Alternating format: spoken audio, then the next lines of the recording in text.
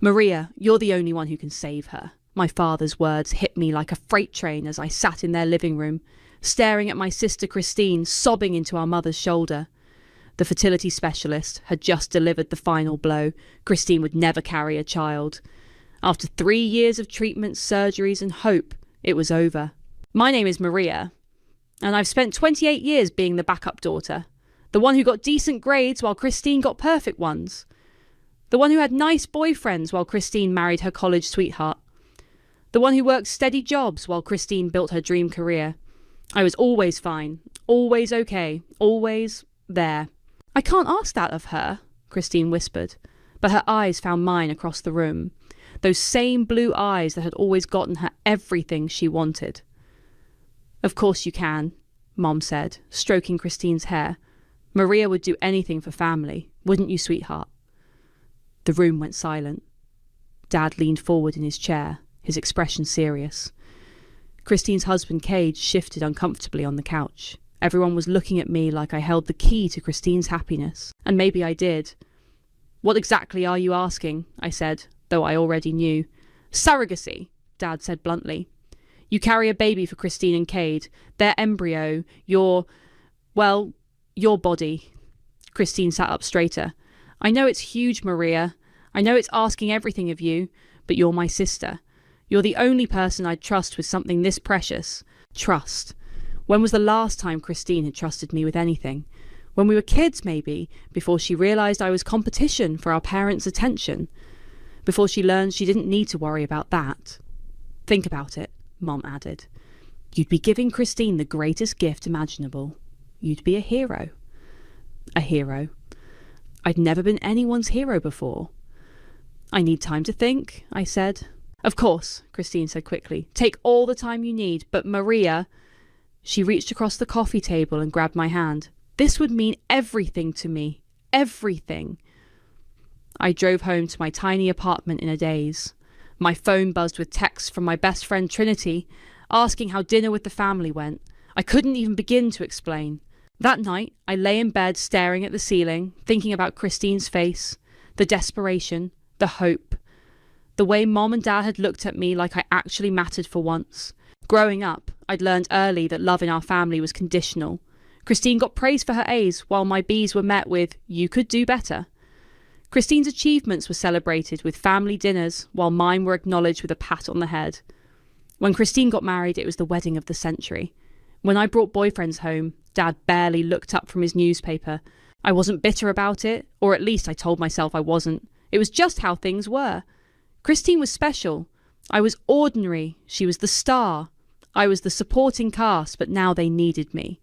For the first time in my life, I was the only one who could give them what they wanted. My phone rang. Christine. "I'm sorry for ambushing you tonight," she said. "I know it's a lot to process."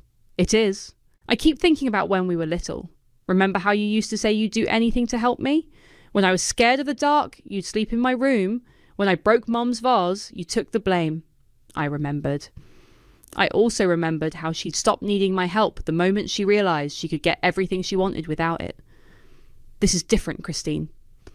"I know, but Maria, I'm desperate. Cade and I have been trying for so long.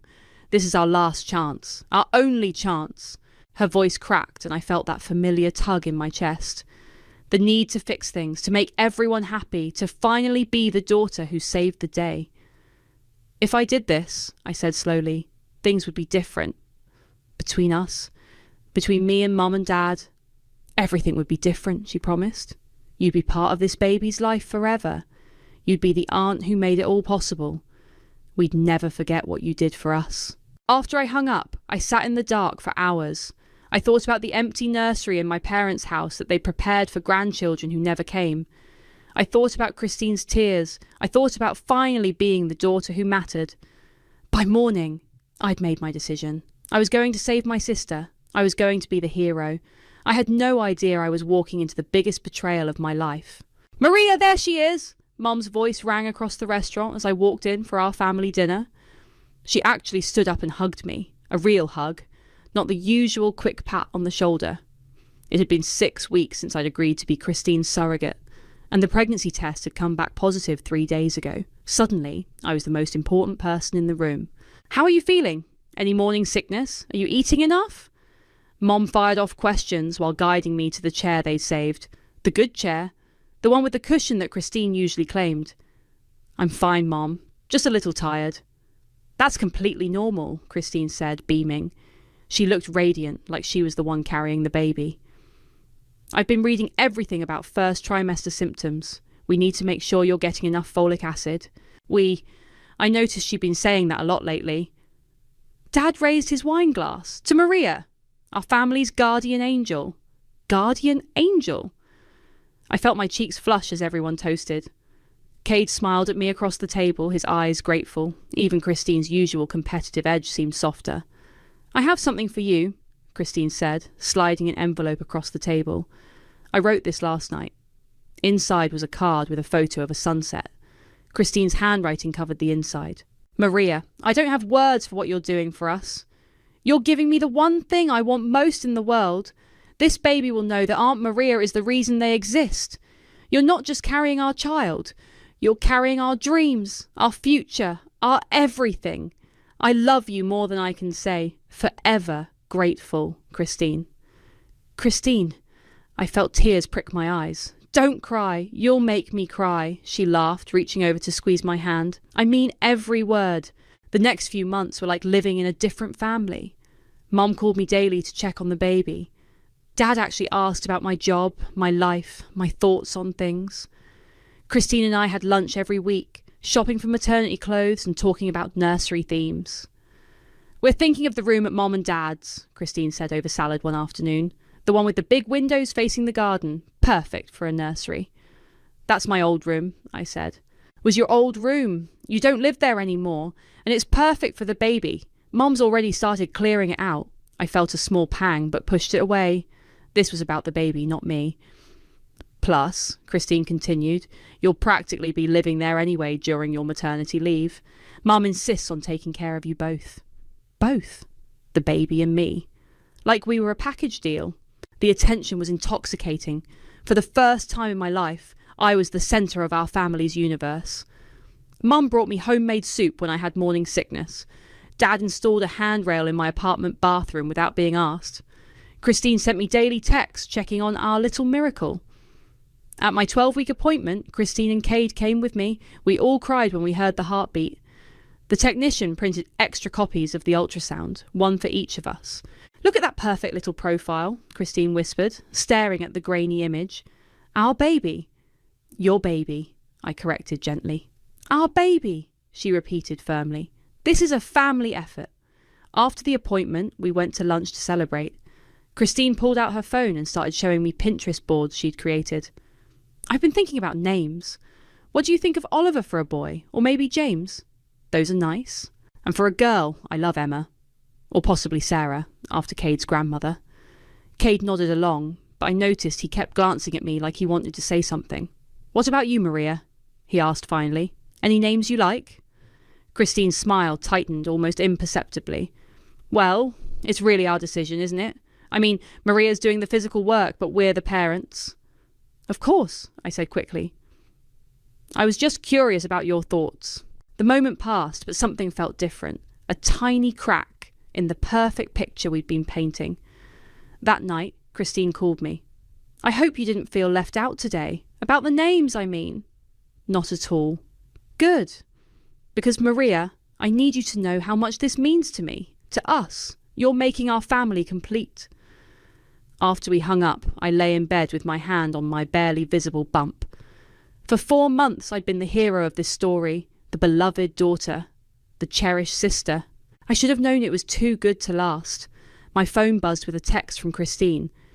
Can't wait to bring our baby home to the nursery. It's going to be perfect. Our baby, our nursery, our family. I was starting to wonder where exactly I fit in that equation. The first sign something was wrong came at 18 weeks. Christine had been dodging my calls for 3 days. She's just busy with work, Mum said when I finally called her. You know how demanding her job is. But Christine had never been too busy to check on the baby before. She'd been texting me daily, sometimes hourly, asking about symptoms and cravings and doctor appointments. I drove to her house that Saturday morning, Cade's car wasn't in the driveway, which was weird for a weekend. I knocked on the door. Maria! Christine opened it, wearing a silk robe at noon, her hair messy. What are you doing here? You haven't been answering my calls. I wanted to make sure everything was okay. Everything's fine. I'm just going through some things right now. Behind her, I heard a male voice call out, Chris, who's at the door? Christine's face went white. The voice definitely wasn't Cade's. Is that? I started. Look, this isn't a good time, Christine said quickly, trying to close the door. Christine, what's going on? Where's Cade? She sighed and opened the door wider. A guy I'd never seen before walked up behind her, shirtless, clearly comfortable in her house. This is Sean, Christine said. Sean, this is my sister Maria. Sean looked at my obvious pregnancy bump and grinned. Oh, the surrogate. Nice to meet you. The surrogate. Not Christine's sister, not Maria. The surrogate. Where's Cade? I asked again. We're separated, Christine said flatly. I moved out last week. Separated? Christine, you're about to have a baby. We're about to have a baby, Sean corrected, wrapping his arm around Christine's waist. Can't wait to be a dad. I stared at them. What? Sean and I are together now, Christine said. Cade and I. It wasn't working. We grew apart. You grew apart while I'm carrying your baby? It's complicated, Maria. No, it's not complicated. You're married. You have a baby coming. Look, Sean said, these things happen. Christine deserves to be happy, right? And I'm going to be an amazing father to this kid. You're not the father, I said. Biology doesn't make a father, he replied smoothly. Love does. And I love Christine and this baby already. I felt dizzy. I need to sit down. Maybe you should go home, Christine said. I'll call you later when we can talk properly. Talk properly? Christine, what about Cade? What about our agreement? Our agreement was about giving me a baby. That hasn't changed. Everything has changed. Christine's expression hardened. Maria, I know this is a shock, but my personal life is my business. What matters is the baby. I drove straight to Mum and Dad's house. They had to know about this. They had to help me figure out what this meant. Oh, honey, Mom said when I told her. We know. Christine called us yesterday. You know? And you're okay with this? We want Christine to be happy, Dad said. If Cade wasn't making her happy. But what about the baby? What about their marriage? Christine is an adult, Mom said. She can make her own choices. What about my choices? I agreed to carry a baby for Christine and Cade, not Christine and some random guy. The baby is still Christine's baby, Dad said. That hasn't changed. I spent the next week trying to process everything. Cade called me, devastated. She just left, he said, his voice broken.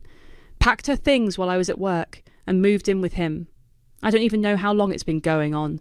What does this mean for the baby? I don't know. My lawyer says it's complicated. The baby is biologically mine, but if Christine doesn't want to be married to me... This is insane. Maria, I'm sorry. I know this isn't what you signed up for. At least someone understood that. When I went to my parents' house the following weekend, I got the biggest shock yet. The nursery, my old room, was completely different. The crib was gone. The changing table was gone. Instead, there was a king-size bed and men's clothes scattered around. Mum? I called out. She appeared in the doorway, looking guilty. Oh, Maria, I was going to call you. What happened to the nursery? Well, Christine and Sean needed a place to stay while they looked for their own place, and since you're not living here anymore... But what about the baby? Where is the baby going to sleep? They'll figure something out. Maybe the guest room. I stood there staring at the bed where my baby's crib was supposed to be, where Christine's new boyfriend's clothes were thrown on the dresser I'd picked out for baby clothes. I can't believe this! Maria, be reasonable. Christine needs our support right now. She's going through a difficult transition. I'm the one who's pregnant. I'm the one carrying this baby. And we appreciate that, sweetheart. But Christine is our daughter too, and she needs us. I walked downstairs in a daze. Dad was in the kitchen making coffee.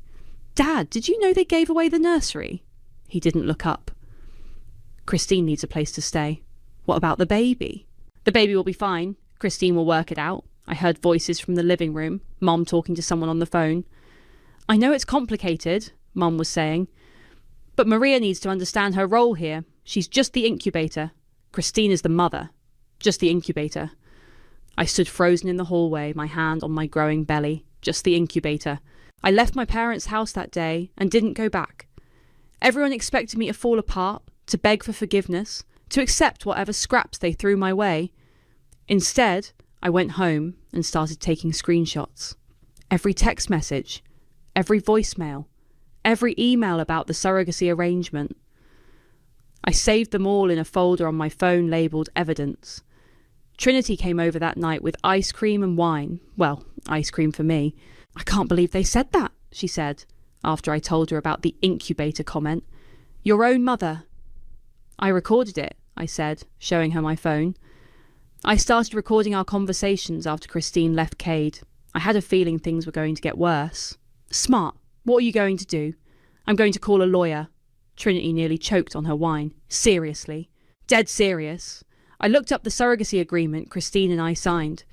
There are clauses about both intended parents being present and committed to the arrangement.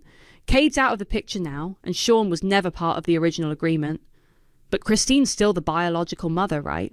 Actually, no. I'm the biological mother. They used my egg and Cade's sperm because Christine's eggs weren't viable.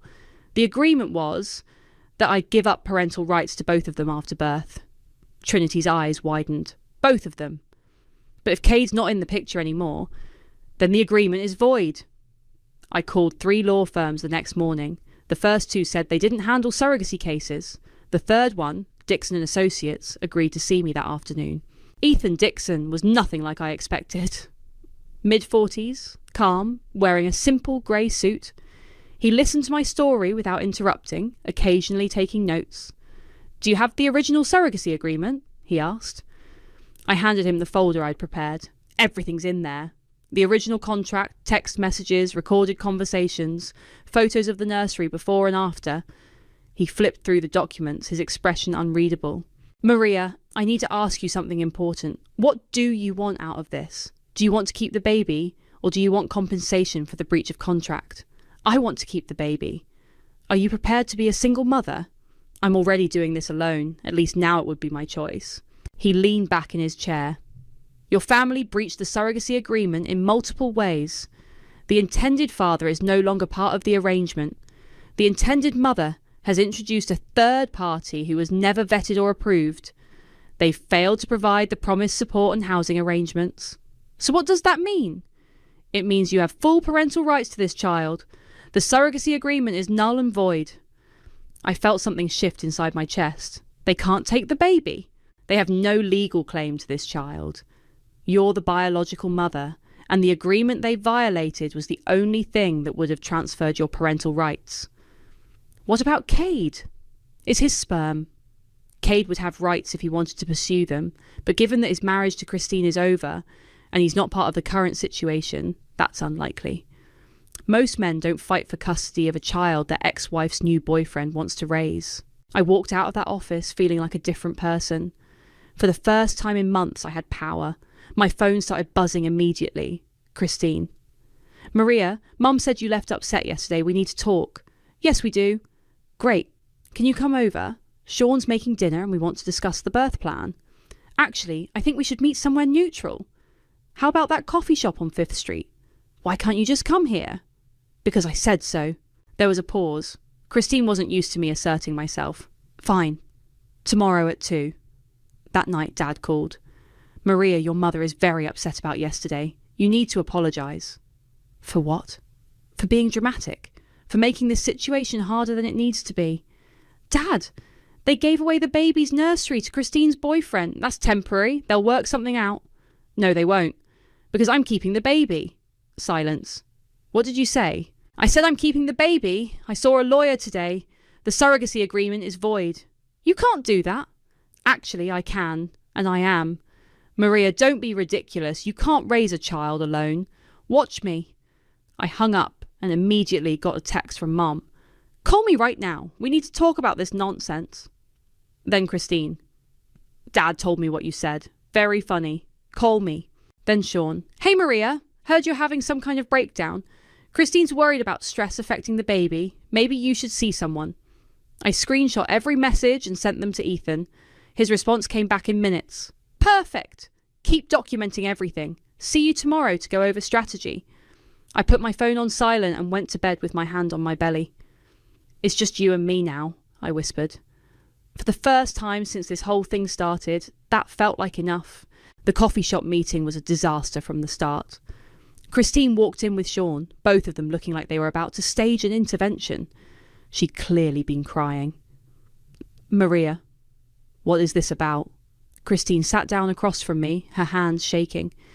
Dad said you're talking about keeping the baby. That's not funny. I'm not joking. Sean leaned forward. Look, I get that you're upset about the changes, but let's be adults here. This baby was always meant to be ours. Ours? You weren't even in the picture 6 months ago. I'm in the picture now. And I'm going to be this kid's father. No, you're not. Christine's voice cracked. Maria, please. This baby is everything to me. You know that. Then you shouldn't have blown up your marriage and moved your boyfriend into the nursery. That's not fair. My relationship with Cade was over long before. Before what? Before you decided to screw around while I was carrying your baby. Sean's jaw tightened. Watch how you talk to her. Or what? Maria, Christine said quickly, I know you're hurt.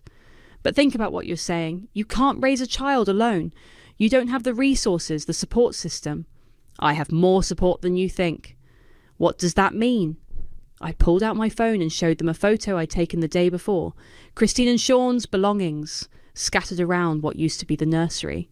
I have documentation of everything. The broken promises, the changed arrangements, the fact that you moved a stranger into the space meant for this baby. Christine went pale. You're documenting us. I'm protecting myself. And my baby. Your baby, Sean laughed. Lady, you're a surrogate. That's not your baby. Actually, it is. I spoke with a lawyer. Your girlfriend breached our agreement in multiple ways. The contract is void. The silence stretched for a full minute. You're bluffing, Christine said finally. Am I? Want to test that theory? Christine started crying again. Maria, please, I'm begging you. This baby is the only thing I have left. You have Sean. That's not the same thing. You know how much I want to be a mother. Then you should have thought about that before you destroyed your marriage. I left them sitting there and drove to my next prenatal appointment. Dr. Martinez had been my OB throughout the pregnancy, and she'd watched the family dynamics play out in her office. How are you feeling, Maria? She asked as she measured my belly. Honestly, better than I have in months. Good. Your blood pressure was concerning at the last visit, but it's much better today. I've been less stressed lately. She nodded knowingly. Sometimes removing toxic situations from our lives has immediate health benefits. After the appointment, I stopped by the hospital to pre-register for delivery. The nurse, Kayla, was incredibly kind. Is this your first baby? She asked. Yes. Are you excited? Terrified, but excited. That's normal. Do you have support? Family coming for the birth? It's complicated. It might just be me. Kayla squeezed my hand. That's okay too. We'll take good care of you both. That evening my phone exploded with messages. Mom. Maria. Christine is devastated. How could you do this to your own sister? Dad. This is selfish and cruel. That baby belongs with Christine. Christine. I can't believe you're doing this to me, after everything I've been through. Sean. You're going to regret this. We're not going away. But there was one message that surprised me from Cade. Maria, I heard what happened. I'm sorry my marriage falling apart has caused you so much pain. If you need anything, please call me. I called him back. Cade, I'm sorry about everything. Don't apologise. None of this is your fault. I should have seen the signs that Christine was checking out of our marriage. What are you going to do? About the baby, I mean. Honestly? I think you keeping the baby is probably the best outcome for everyone. Christine's not in a place to be a mother right now, and I can't co-parent with someone who left me for another man. So you're okay with this? I'm heartbroken about my marriage, but yes, if you want to raise this baby, you have my support. Thank you. Maria. For what it's worth, I think you're going to be a great mother. Meanwhile, Christine was posting on social media like nothing had changed. Photos of baby clothes with captions like, can't wait to meet our little one, and counting down the weeks until our family is complete. I screenshot every post and sent them to Ethan. His response, She's building a public narrative that the baby is hers. This actually helps our case. Keep documenting. At 34 weeks, I got a call from Mum. We're planning to be at the hospital when you deliver. Christine wants to be in the room. That's not happening. Maria, be reasonable. She's the mother. No, I'm the mother. And I decide who's in that room. You're being ridiculous. We're coming whether you like it or not. Then you'll be waiting in the parking lot. I hung up and immediately called Ethan. They're planning to show up at the hospital and take over, I told him. Let them come. I'll be ready. What do you mean?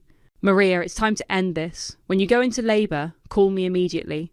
We're going to serve them with papers right there in the hospital. Is that legal? Perfectly legal. And very effective. 2 weeks later, my water broke at 3 a.m. I called Trinity first, then Ethan, then the hospital. I didn't call my family, but somehow they found out anyway. Trinity drove me to the hospital at 4 a.m, my contractions coming every 5 minutes. I was focused on breathing through the pain when my phone started buzzing. Christine. Mom called. We're on our way. So excited to finally meet our baby. How did they find out? Trinity asked, seeing my face. I have no idea. I only called you and Ethan. Hospital staff maybe. Someone who knows your family. Another text from Mum. We'll be there in an hour. Dad's bringing the car seat. I showed Trinity the message. They're bringing a car seat. Jesus. They really think they're taking this baby home. Kayla, the nurse I'd met during pre-registration, was working the labour and delivery ward that night. She took one look at my face and closed the door to my room. What's wrong, honey, besides the obvious, she said, nodding at my belly. My family's coming. They think they're taking my baby. Your baby? It's complicated. I was supposed to be a surrogate for my sister, but the agreement fell through. Legally, this is my baby now. Kayla's expression hardened. Do you want them here? No. Then they're not getting in. I'll make sure of that. At 6 a.m, I heard familiar voices in the hallway. Christine's laugh, Sean's loud voice, Dad's authoritative tone giving directions to someone. They're here, I whispered to Trinity. It's okay. Kayla said she'd handle it. Through the door, I could hear Kayla talking to them. I'm sorry, but the patient has requested no visitors at this time. We're not visitors, Dad's voice boomed. We're family. That's our grandchild being born. I understand, but the patient's wishes take priority. This is ridiculous, Christine said. I'm the baby's mother. I have a right to be here. Ma'am, according to our records, Maria is listed as the mother. If you'd like to dispute that, you'll need to speak with hospital administration. There's been a mistake, Sean said. We're the parents. We have a nursery set up. We bought all the baby gear. Sir, I'm going to need you to lower your voice. This is a hospital. My contractions were getting stronger. Trinity held my hand while I breathed through them. Should I call Ethan? She asked. Not yet. Let's see how bad this gets first. At 8 a.m, it got bad. I was in active labour when my door burst open. Christine rushed in, followed by Mom, Dad, and Sean. Kayla was right behind them, looking furious. I'm sorry, Maria. They pushed past me when I was helping another patient. Oh my God! You're really in labour! Christine rushed to my bedside. How are you feeling? Is the baby okay? Get out, I said, through gritted teeth. Sweetheart, we're here to support you, Mom said, settling into a chair like she planned to stay. This is such an exciting day for our family. Our family? Sean echoed, pulling out his phone to take pictures. I can't wait to post about this. Stop taking pictures of me. But this is the birth of our son, Christine said. We want to document everything. Your son? Well, yes. I mean, you're doing the physical work, but he's ours. Dad was already on his phone. I'm calling everyone. Aunt Ruth, Uncle Mike, the Johnsons. Dad, stop! This is the biggest day of our lives, Maria. Our first grandchild. Another contraction hit, stronger than before. I squeezed Trinity's hand and tried to focus on breathing. You need to leave, Trinity said firmly. She's in labour. She needs space. We're not leaving, Mum said. We've been waiting for this moment for months. Actually, we've been waiting years, Christine added. Ever since I found out I couldn't have children naturally. Kayla stepped forward. I'm going to have to ask you all to step outside. The patient needs... We're not going anywhere, Sean interrupted. This is our baby being born. Sir, If you don't leave voluntarily, I'll call security. Call them, Dad said. We have every right to be here. That's when I made the call. Trinity, call Ethan. Now. Maria, who's Ethan? Christine asked. My lawyer. The room went dead silent except for the sound of the fetal monitor. Your lawyer? Mum's voice was barely a whisper. Why do you need a lawyer? Dad demanded. Another contraction hit. When it passed, I looked directly at Christine. Because this is my baby, not yours. Mine. That's not true, Christine said, but her voice was shaking. We have an agreement. We had an agreement. You broke it when you left your husband and moved your boyfriend into the baby's nursery. Maria, you're being emotional, Mum said. Labour hormones can make you say things you don't mean. I mean every word. Sean stepped closer to my bed. Look, I get that you're in pain, but let's not do anything stupid here. This baby belongs with us. We're prepared. We have everything ready. Get away from me. Sean, maybe we should... Christine started. No, he said firmly. We're not backing down. This is our kid. Trinity hung up her phone. Ethan's on his way. He said don't sign anything and don't let them take the baby. Take the baby? Christine's voice cracked. Maria, what have you done? Before I could answer, another contraction hit. This one so strong I couldn't speak. When it passed, I looked around the room at their faces, confused, angry, desperate. I protected myself, I said, and my son. 2 hours later, I was holding my son. 7 pounds, 3 ounces, perfect in every way. The room had gone quiet except for his soft cries and the beeping of monitors. He's beautiful, Christine whispered, tears streaming down her face. Can I hold him? No. Maria, please, just for a minute. I said no. Mom stepped forward. Sweetheart, you're exhausted. Let Christine help. Nobody touches my baby except me and the medical staff. Kayla had been amazing throughout the delivery, running interference with my family while helping me through labour. Now she stood protectively near my bed. The baby needs a nurse, she said firmly. Everyone except Maria and her support person needs to leave. We're not leaving, Dad said. That's our grandson. Sir, I'm calling security. Go ahead, Sean said. We're not going anywhere. This is our baby. That's when Ethan walked in. He was exactly what I needed in that moment. Calm, professional, carrying a leather briefcase like he owned the place. He surveyed the crowded room and smiled politely. Good morning, everyone. I'm Ethan, Maria's attorney. Attorney? Mum's voice was barely audible. Yes, I have some documents that need to be served. He opened his briefcase and pulled out a stack of papers. Christine, these are for you. Christine's hands shook as she took the papers. What is this? A cease and desist order regarding your claims to this child, along with a restraining order preventing you from taking any actions related to the baby without Maria's consent. This is insane, Sean said. You can't just... Actually, I can. Ethan handed him another set of papers. These are for you, Sean. Since you've been making public claims about being this child's father, you're also named in the order. I don't understand, Christine said, scanning the documents. We have a surrogacy agreement. You had a surrogacy agreement. You breached it in multiple ways. The contract is null and void.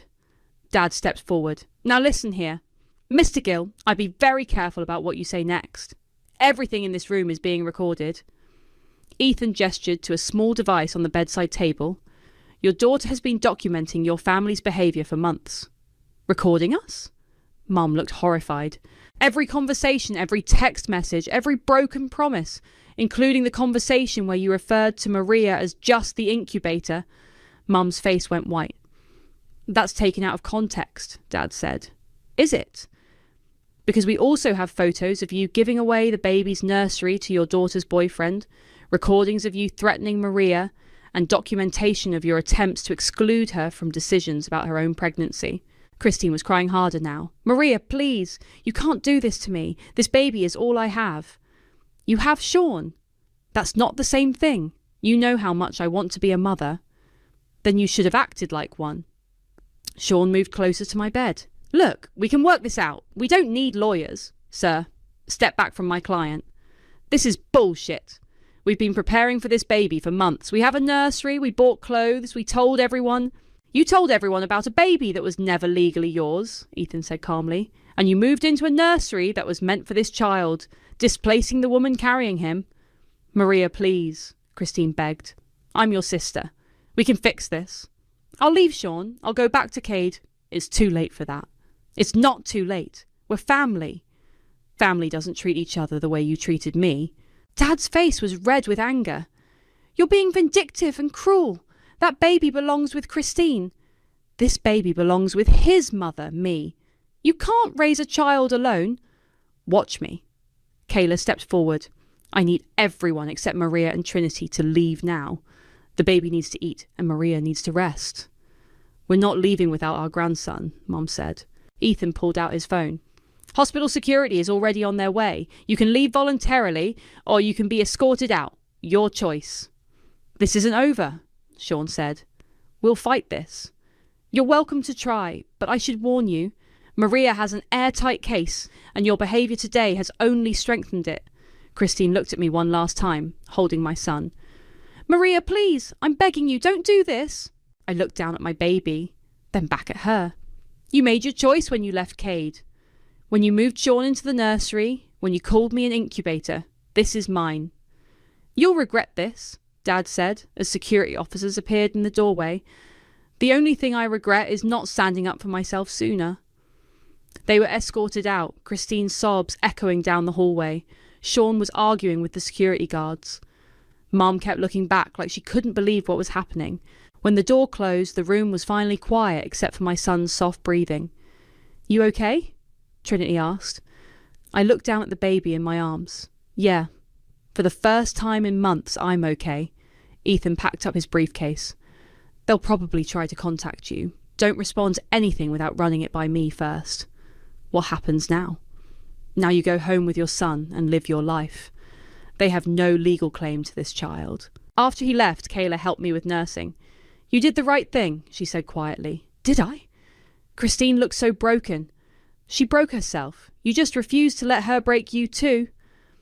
Outside my window, I could see my family in the parking lot arguing. Christine was leaning against a car, still crying. Sean was pacing, gesturing angrily. Mum and Dad stood apart from them, looking lost. I closed the blinds and focused on my son. It's just you and me now, I whispered to him, and that's enough. 3 days after bringing my son home, I was sitting in my living room feeding him when Trinity knocked on my door. How are you holding up? She asked, settling into the chair across from me. Better than I expected. He's a good baby. And the family circus? I gestured to my phone on the coffee table. 47 missed calls since yesterday. I stopped counting the texts. Have you read any of them? A few. Mom wants to talk this through like adults. Dad says I'm destroying the family. Christine sent me a 5-page text about how I'm ruining her life. And Sean? He's been posting on social media about how I stole his son. Ethan says it's actually helping our case because it proves he has no legal standing. Trinity picked up my laptop from the side table. Speaking of social media, have you seen Christine's Facebook? No, why?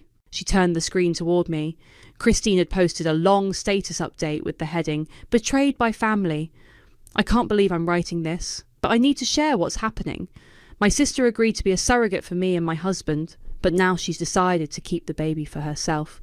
She's using legal technicalities to steal the child we've been preparing for. I'm heartbroken and don't know what to do. Please keep us in your thoughts during this difficult time. The post had dozens of comments, most of them supportive of Christine. She's not telling the whole story, I said. Of course not. But look at this. Trinity scrolled down to show me another post from that morning. She's asking for money now. The new post read, Thank you for all the support. We're looking into legal options to fight for our baby, but lawyer fees are expensive. If anyone can help, we've set up a fundraising page. She's crowdfunding a lawsuit against me? Looks like it. She's raised $800 so far. I stared at the screen. Even now, Christine was playing the victim, making herself the centre of attention. You know what? I'm done being silent. I took the laptop and started typing my own post. Not on Facebook. I'd never been active there.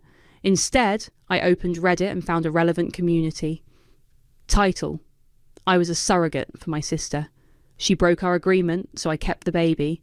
Now she's telling everyone I stole her child. I wrote out the whole story. Every detail. The original agreement, Christine leaving Cade, the nursery being given away, being called just the incubator, the legal battle, everything. I included screenshots of text messages and photos of the empty nursery. I ended with, I know some people will think I'm wrong for keeping the baby, but I refuse to be treated like a rental womb, while my sister gets praised for overcoming adversity. This is my son, and I'm going to protect him. Are you sure about posting this? Trinity asked. Completely sure. I hit submit and closed the laptop. My phone rang almost immediately. Christine, Maria, take that post down right now. No. You're humiliating our entire family. People are sharing it everywhere. Good. Maybe they'll get the real story instead of your victim narrative. I am the victim here. You stole my baby. I kept my baby. There's a difference. Mum and Dad are getting calls from relatives. Aunt Ruth saw the post. Uncle Mike is asking questions. You're destroying our reputation. You destroyed your own reputation when you left your husband for another man while I was carrying your baby. That's not fair. Neither is calling me an incubator. Christine was quiet for a moment. When she spoke again, her voice was different, smaller. Maria, please, can we meet? Just the two of us. I need to see him. No. 5 minutes, please. I just want to hold him once. Christine, you made your choice. You chose Sean over your marriage. You chose your happiness over everyone else's. You chose to treat me like I didn't matter. Now I'm choosing my son over you. He's my son too. No, he's not. He never was. You wanted a baby, not this specific baby. You wanted the experience of being a mother without doing any of the work. Well, I'm doing the work now. I could have been a good mother. Maybe. But you were a terrible sister. I hung up and turned off my phone. The Reddit post exploded overnight. Thousands of upvotes, hundreds of comments, most of them supportive. People shared their own stories of family betrayal, of being taken advantage of finally standing up for themselves. One comment stuck with me. You didn't steal a baby, you saved yourself. A week passed. The calls and texts slowed down.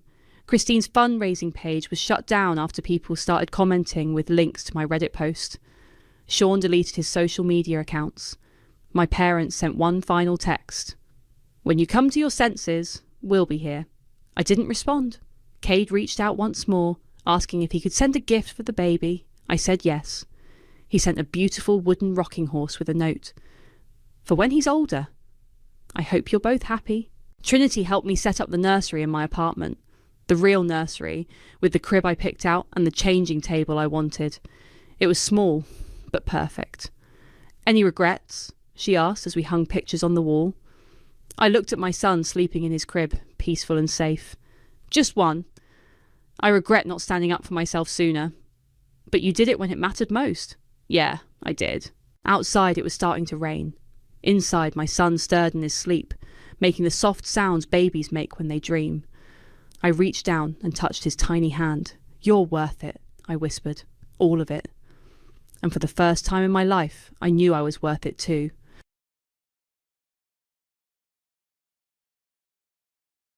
Despite Sean's affair being exposed, he remains oddly content, speaking with a nonchalant air as if the car we're discussing is his by right.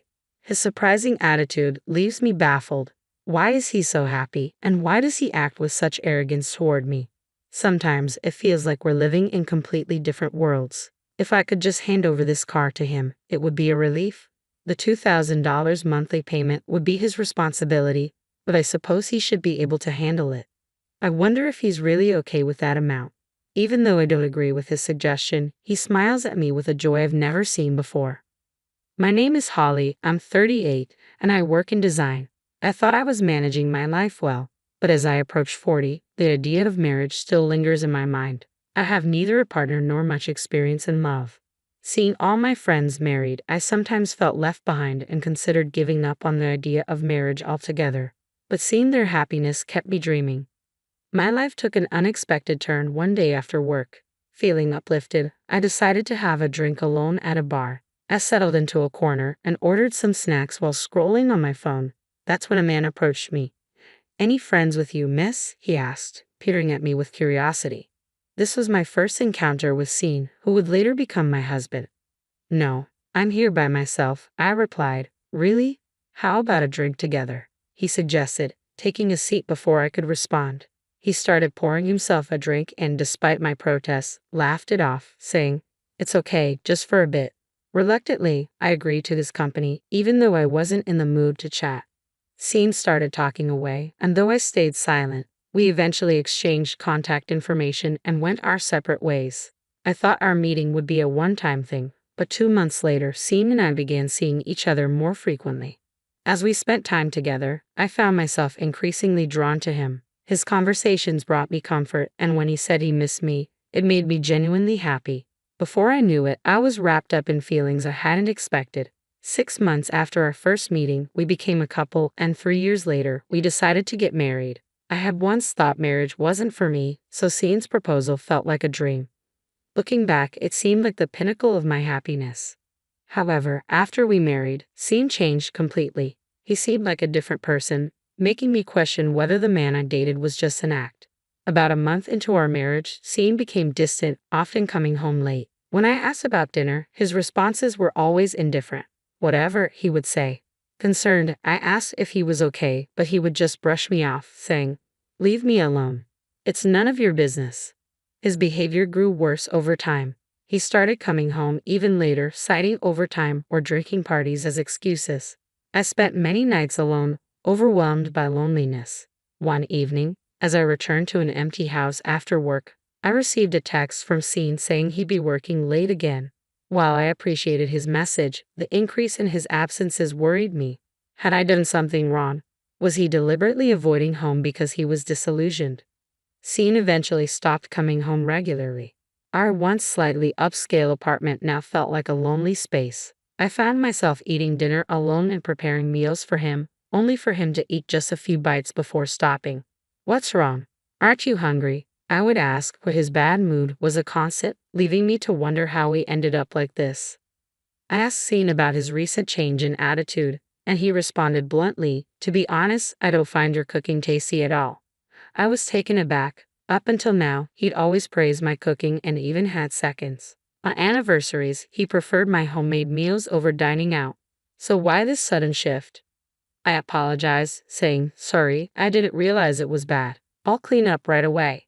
But he snapped, "Don't touch it," and continued eating, though he didn't seem to enjoy the meal, frowning the whole time. Since then, he started nitpicking about everything, from a coffee cup being out of place to a decorative picture slightly askew or a single strand of hair on the floor. I work too, so sometimes housework isn't perfect. I wonder if it's normal to be so fixated on trivial details. I've repeatedly told him that because of my job, housework might not always be flawless, but Scene won't listen. He always ends up shouting, "Just shut up and do as I say." The constant stress of dealing with his demands is building up, and I find myself questioning whether I should continue this marriage. The dissatisfaction with my imperfections and a swirl of emotions are making me consider divorce. However, the rarity of finding a partner at my age and the hassle of divorce proceedings make it hard to take action. I convinced myself that enduring is my role. Before we got married, I made a significant purchase, a luxury car from a renowned brand. It was bought on loan, as a lump sum payment was impossible. I'm not particularly obsessed with cars, but there was a specific model I'd always admired, and finally owning it made me incredibly happy. It motivated me to work hard, and I used it for commuting. Car enthusiast colleagues often chatted with me about it. Initially, Scene praised the car, saying it was a great purchase, but as his attitude changed, he began using it without asking. Even though Scene has his own car, he prefers mine, which is frustrating. Because of this, I've had to commute by train and walk for shopping. I tried to address the issue with him, saying, "I really wish you'd stop using my car without asking. I need it too."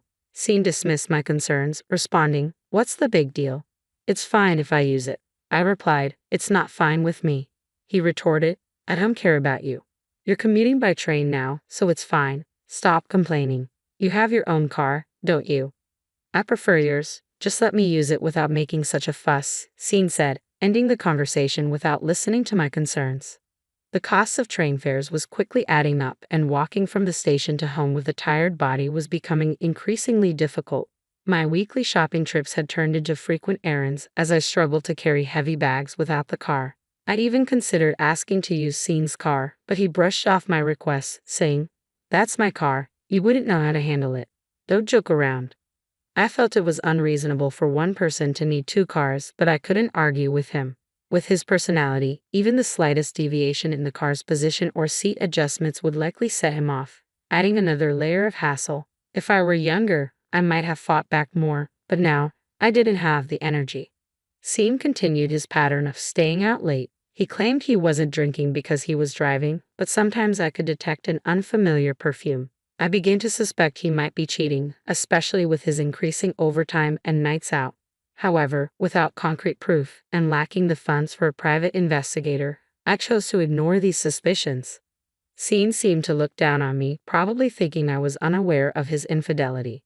In his eyes, I must have appeared foolish and compliant, someone who would tolerate anything. The marriage I had envisioned was far from the reality I faced. I had dreamed of a warm, caring home where we supported each other and spent weekends exploring new places together. I had hoped that the life I envisioned with Scene might someday become a reality, but it wasn't turning out that way.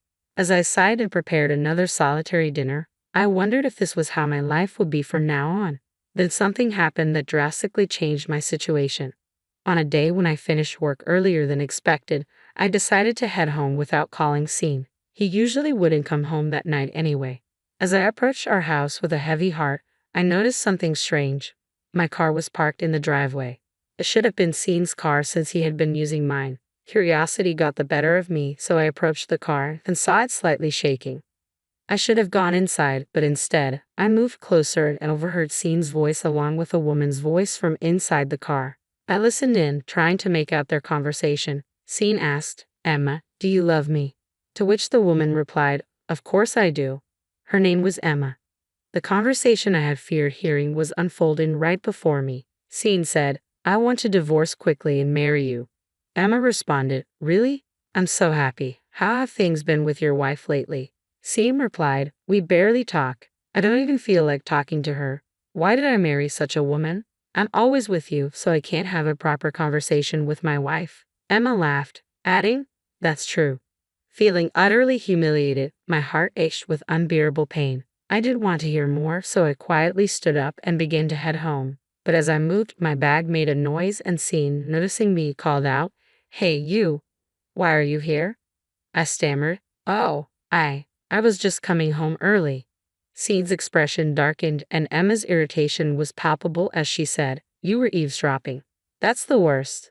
Scene got out of the car and confronted me. "You said you were working late today, right? Why are you home so early? When you say you're working late, you usually come back much later. Were you trying to deceive me?" "I wasn't trying to deceive you," I protested. "I really was working late. Besides, you're the one who's been sneaking around while I've been honest about my work schedule," I retorted, expecting Scene to be rattled by my accusations. However, with Emma sitting beside him, he seemed to have given up any pretense. "So what's the problem?" he asked defiantly. "There's a big problem," I said. "We're legally married, and what you're doing is clear infidelity. To think you brought another woman into my car." Scene shrugged dismissively. "So what? I'm using it now. This car is ours from now on."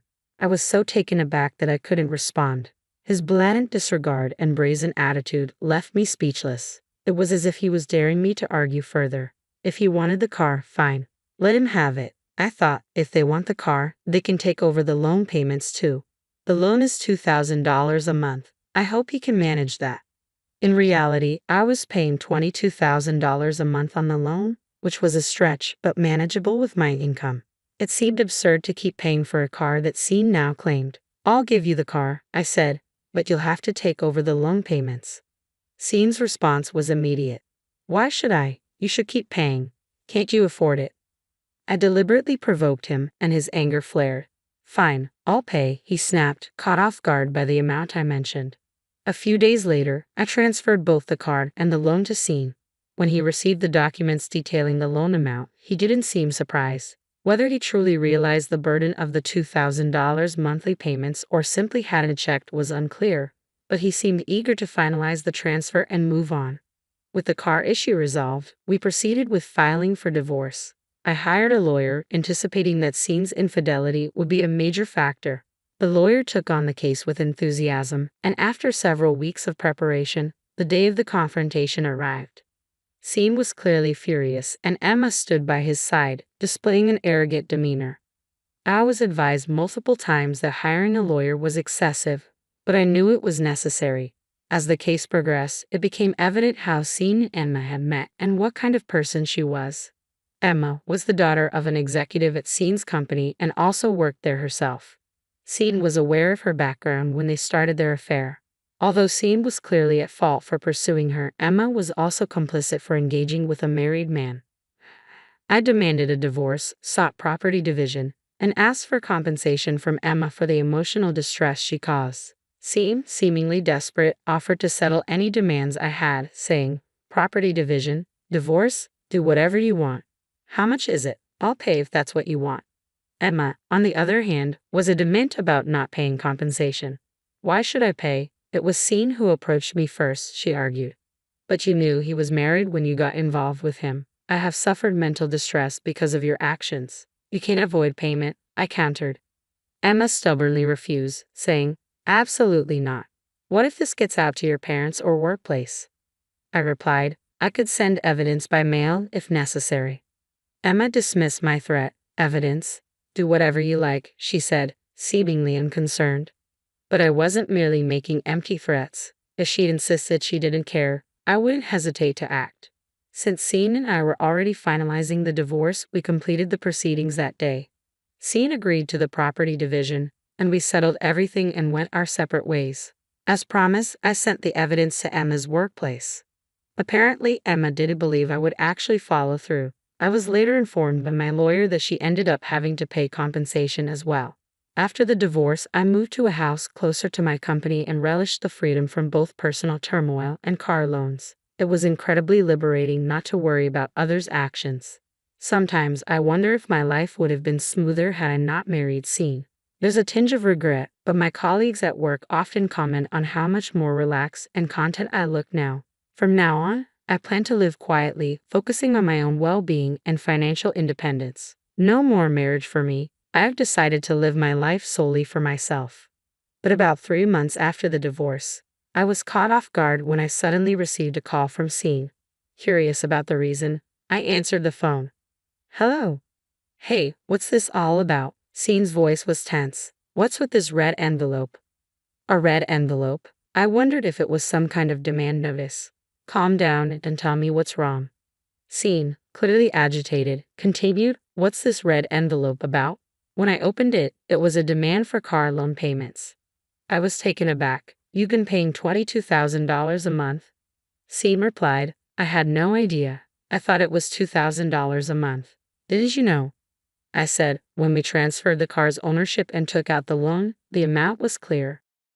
"Maybe you didn't pay attention because I was managing the payments." Scene was frustrated. "I never imagined it would be $2,000 a month. Can't you continue making the payments now?" I responded, "Even if I continued making the payments, you'd end up using the car. We're divorced now. I'm not obligated to meet your demands. You insisted the car was yours in the first place. You can't just ask for payments now." Scene pleaded, "Don't be like that. We were married once. Even though we're divorced, we were in love, right? Help me out a little." I was incredulous. "In love? I've struggled for your sake all this time while you've lived as you please. Now you turn to your ex-wife for help. That's convenient. If you received a payment notice, you better get the money ready and settle it yourself." Scene lamented, "But I can't come up with that kind of money." I said firmly, "You're the one who promised to pay off the car loan. You need to take responsibility for your own words." Scene's anger was evident over the phone, but I had nothing more to say. I ended the call and refused to answer his subsequent calls. After ignoring him for a while, it seemed he eventually gave up as no more calls came through. 6 months later, I was still enjoying a comfortable life on my own. Moving closer to my office had made commuting easier, and I had more personal time to myself. I had taken up visiting art galleries as a new hobby and was enjoying my weekends exploring new exhibitions. One day, while I was relaxing, my smartphone rang with Scene's name flashing on the screen. I hesitated but eventually answered, wondering what he wanted. His once assertive tone was replaced by a weak, faltering voice. "Holly, it's me, Scene," he said. I responded coolly, "What do you want?" Scene's voice was barely audible as he admitted, "I can't make the payments anymore. Can you help me?" Surprised but curious, I asked, "Help you with what?" Scene started revealing details he had kept hidden. After our divorce, he had lost his job. The scandal of his affair with Emma, the daughter of a company board member, had led to his forced resignation. Emma had abandoned him, and despite his efforts to find new employment, he struggled with temporary and part-time work. Eventually, he sold both his cars, moved out of his rental, and returned to his parents' home. Scene had hoped that living with his parents would stabilize his life, but then his mother fell ill and required care. With his father aging, Scene had to juggle work and caregiving responsibilities. The car loans he had left behind still loomed over him, adding to his financial woes. "Please help me. How about we get back together? It would be easier for you too," Scene pleaded. "Easier for me," I responded sharply. "If I got back with you, I'd end up shouldering the car loan payments and all other living expenses. Everything would fall on me, and it would be even harder than before. I've said it before, you're incredibly selfish, thinking I should reconcile so you can relax while I handle all the burdens." "That's not true," Scene protested. "Do you really think so? Do you understand the scale of the problems you've caused?" I asked. "You left your job and were abandoned by your girlfriend because of your affair. It's hard to care for your parents, but your situation is a result of your own actions." Scene was left speechless. I continued, "I don't understand why I married you in the first place. If I could meet my past self, I'd warn her against it. And now you expect me to agree to reconcile? I can't believe you're asking this after everything." Scene's pleas were desperate, but I remained firm. "I'll make sure you keep paying the loan. Take care of yourself. You can beg all you want, but I'm not agreeing to reconcile. Don't contact me again." "Wait, Holly, hey," he shouted as I hung up the phone. After that call, there were no more attempts from Scene to reach me, no emails, no texts, nothing. His urgency seemed to fade, and it felt like he was just trying to justify himself, portraying himself as the victim. 6 months had passed since our last contact, and I continued to enjoy my comfortable life alone. My new hobby of visiting art museums had become a cherished part of my routine, and my room was now filled with art catalogs and postcards. I even began thinking about visiting art museums abroad. Reflecting on married life, I've realized that even if given the chance to do it over, I wouldn't choose marriage. I'm simply grateful for the comfortable and fulfilling life I have on my own.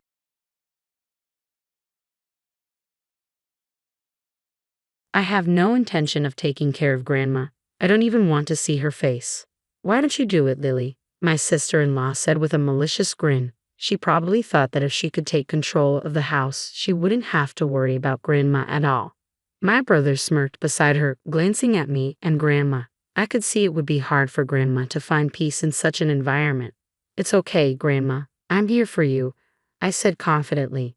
"My name is Amy. I've just turned 50 and am now enjoying a slow-paced life with my husband.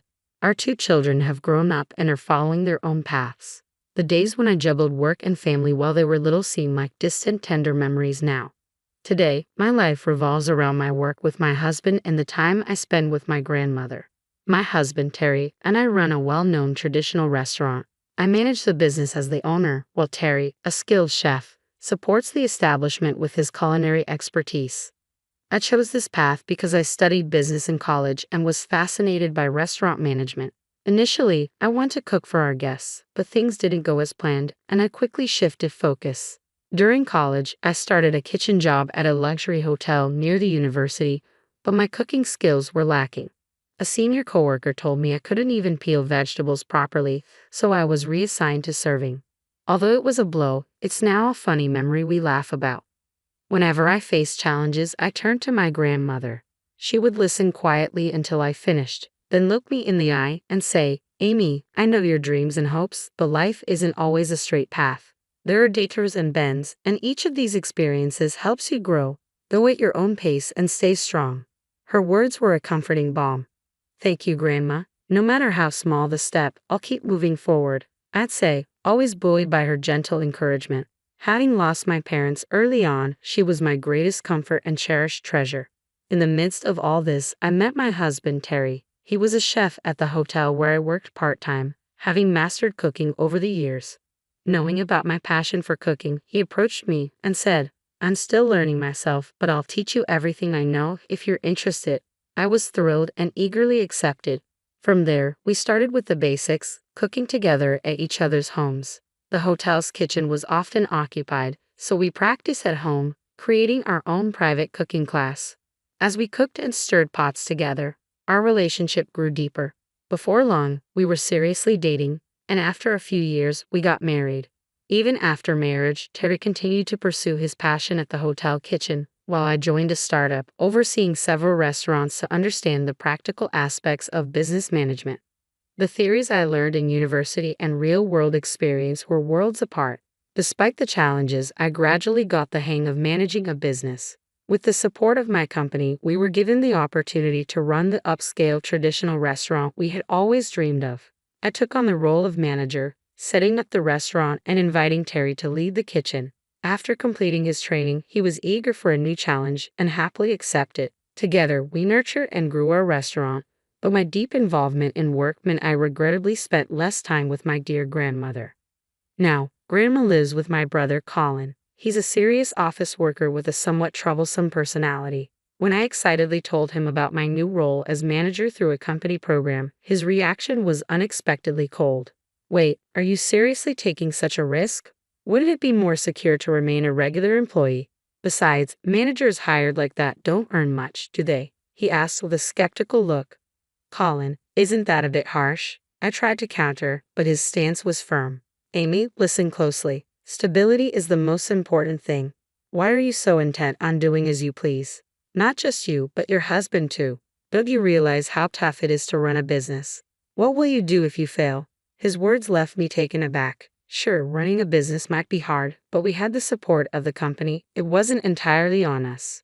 Then, with a somewhat malicious grin, my brother's wife, Lily, chimed in. "You two are quite daring, aren't you? But if things go south, don't come running to us for help." Her comment made me silently vow never to rely on them, no matter what.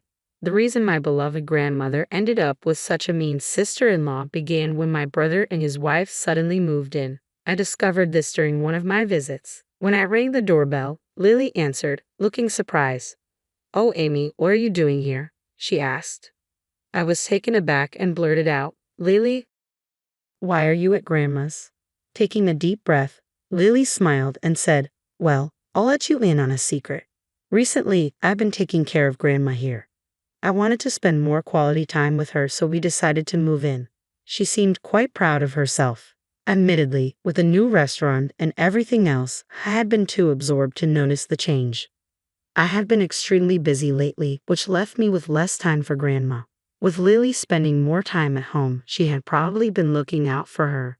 "Thank you, Lily. It's really a big help," I said, though a pang of sadness hit me at the thought of missing time with my grandmother. When I dropped by Grandma's house, Lily often greeted me with a hint of sarcasm. "Oh, Amy, you're here again. Think Grandma's quite busy, you know. But then, this is Grandma's house," she remarked.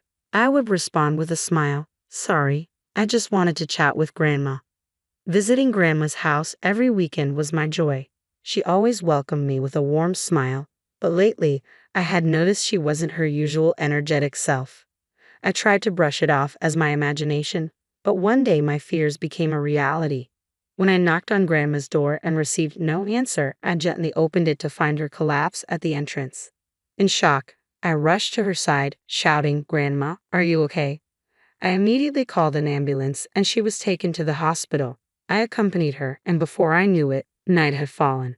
After some time, a doctor called me in to discuss her condition. He began with the ominous words, "She doesn't have much time left." I was devastated and struggled to process the news, but I understood that Grandma was gravely ill. It turned out that this was her regular hospital, and the doctor explained that her condition was beyond surgical intervention. It was best for her to rest at home. While absorbing this news, I received word that Grandma had regained consciousness. I hurried to her room, where she greeted me with a weak smile. "Amy, I'm sorry for surprising you," she said, her voice faint but warm. Through my tears, I asked, "Why didn't you tell me earlier, Grandma?" She replied softly, "I didn't want to worry anyone." At that moment, I felt the profound depth of Grandma's strength and kindness. I decided to cherish the time we had left and spend more quality moments with Grandma. How about we tell everyone about your illness? I gently suggested to her. She seemed a bit surprised by the idea but agreed. I hoped my brother and his wife would appreciate the chance to be with Grandma in her remaining days. A few days later, Grandma was discharged from the hospital. However, this didn't signify improvement. She was sent home because there were no more treatment options available. When we arrived at Grandma's house, my brother and Lily were lounging in the living room, their expressions relaxed. Lily, with a cheerful tone, remarked, "Where have you been? It's been so relaxing here while Grandma was away." My brother chuckled and added, "It's been refreshing to have some peace and quiet without Grandma's voice around." I was taken aback by their comments. One look at Grandma, and it was clear how serious her condition was. Trying to keep my emotions in check, I said, "Stop with the jokes. Grandma's condition is very serious. They can't treat her at the hospital anymore." Both my brother and Lily looked stunned. My brother, clearly in disbelief, asked, "You're joking, right?" Lily seemed to dismiss my words with indifference. Taking a deep breath, I told them firmly, "It's true. If you don't believe me, you can ask Grandma's primary doctor directly." With a frail voice, Grandma added, "Actually, I don't have much time left. There's not much I can do from now on." Lily's eyes widened in surprise. "Wait, I didn't sign up to be a caregiver. I'm just living here to save on rent. I can't handle such a huge responsibility," she said, her voice tinged with annoyance. I was incredulous at her words. Grandma's eyes filled with deep sadness as she whispered to herself, "So I'm a burden now." It was clear that Lily and my brother were only concerned with their own comfort, disregarding Grandma's feelings. Holding Grandma's hand, I comforted her. "It's okay, Grandma. I'm here for you. This is your house, and we should prioritize your well-being." I told Lily firmly, but she remained stubborn, showing no sign of changing her mind. "I'm sorry, Amy," Lily finally said, though it was clear she wasn't truly remorseful. I was taken aback by their attitudes. Grandma, wiping away her tears, apologized, and I felt a deep urge to protect her. Lily's gaze was filled with annoyance, as if dealing with us was a burden. "Can you just leave? Honestly, I get distracted with you guys around. Don't come asking for help later because I won't be inclined to assist," she said, her tone sharp. "Seriously, just thinking about Grandma gives me a headache." "Don't try to shift the responsibility onto us," my brother added, glancing at Grandma with evident irritation. It was clear that the inconvenience was on their side. Yet, as soon as they learned about Grandma's condition, their only thought was to get rid of her. Their attitude filled me with a heavy sadness. "We won't be speaking to Lily or you anymore. Our family relationship ends here. If anything happens later, don't rely on us," Grandma said, her voice trembling and her eyes misty. "I won't come to this house anymore. Goodbye." "Great, even if Amy gets into trouble somewhere, we won't be involved." My brother smirked. "If Amy is in trouble, it's none of our concern. Do your best with Grandma," Lily said with a dismissive wave. With that, Grandma and I left the house. I decided to take her to my place in a taxi and start a new chapter together. As the taxi door opened, Grandma's eyes widened in surprise. "Oh, what a magnificent house," she exclaimed, clearly impressed. Indeed, our home was larger and more glamorous than where Grandma had been living. The company we work for is unique. In addition to our regular wages, we receive bonuses based on the restaurant's revenue. This generous system was designed to motivate employees, providing us with a stable and comfortable lifestyle. As I was lost in thought, the front door opened gently to reveal Terry with a warm smile. "Welcome back. I've been waiting," he greeted cheerfully. I had texted Terry about Grandma's arrival, and he had thoughtfully prepared tea for us. After such a long time, Grandma was delighted to see Terry again, her face lighting up with a warm smile. I led her into the living room and served her some of the comforting tea. As she sipped it, she looked visibly relieved and took a deep breath, saying, "This place feels like somewhere I can comfortably spend my remaining days. At the other house, I felt like I was just in the way." Her words carried a hint of sadness, and I could sense the coldness she had experienced from Lily and my brother. My shock grew when I learned that Lily had been taking Grandma's pension money without permission. Could Lily really do that? I muttered under my breath, and Terry, equally shocked, said, "I can't believe it. We can't let this go." I felt the same way. "We should give them a taste of their own medicine," Terry said passionately. I nodded in agreement. "Yes, let's take some action." A few days later, I received several calls from my brother. After waiting a while, I answered to find Lily's angry voice on the other end. Hello? Why the constant calls? I asked, feigning ignorance. It's about Grandma's house. We've been asked to leave suddenly. This is your doing, isn't it? Lily shot back. Trying to hide my amusement, I replied, I have no idea what you're talking about. Her distress was evident as she said, Wait, why would she do that suddenly? Did you and Terry plan this? No, we didn't do anything, I said calmly. Grandma decided to sell the house because it was in her name all along. We were surprised too, but she simply wanted to move on. The sale has already been finalized and there's a new owner. Staying there longer might cause issues.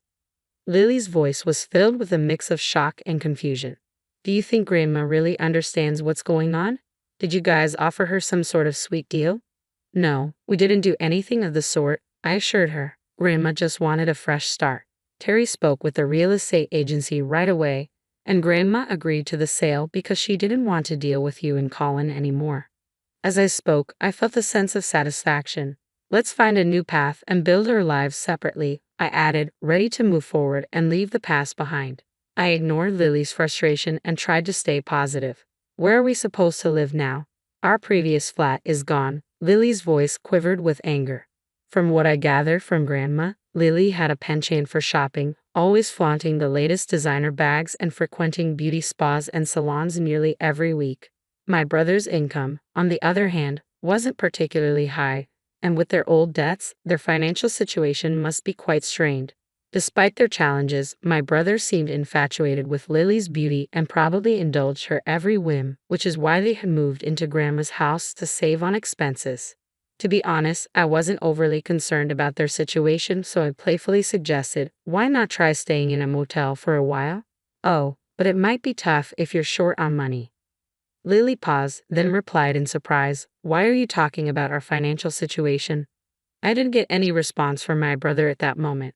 Later, Grandma took the phone and, smiling, said, Actually, I told Amy everything. And by the way, Amy's house is really nice, spacious with the latest appliances and very comfortable. It's completely different from what you're used to. My brother seemed intrigued by Grandma's words. When he took the phone, he asked, Why are you guys so rich? I thought you were struggling financially. It might surprise you, but aside from our regular salaries, we also receive a substantial bonus. Roughly speaking, we probably earn about twice what you make in a month. Both of us work hard and live comfortably, I said with a hint of pride. He was silent for a moment, clearly taken aback. Seriously? Yes, I confirmed. You always said full-time employment is the best, but maybe you should broaden your horizons. We seem to be managing quite well with our approach.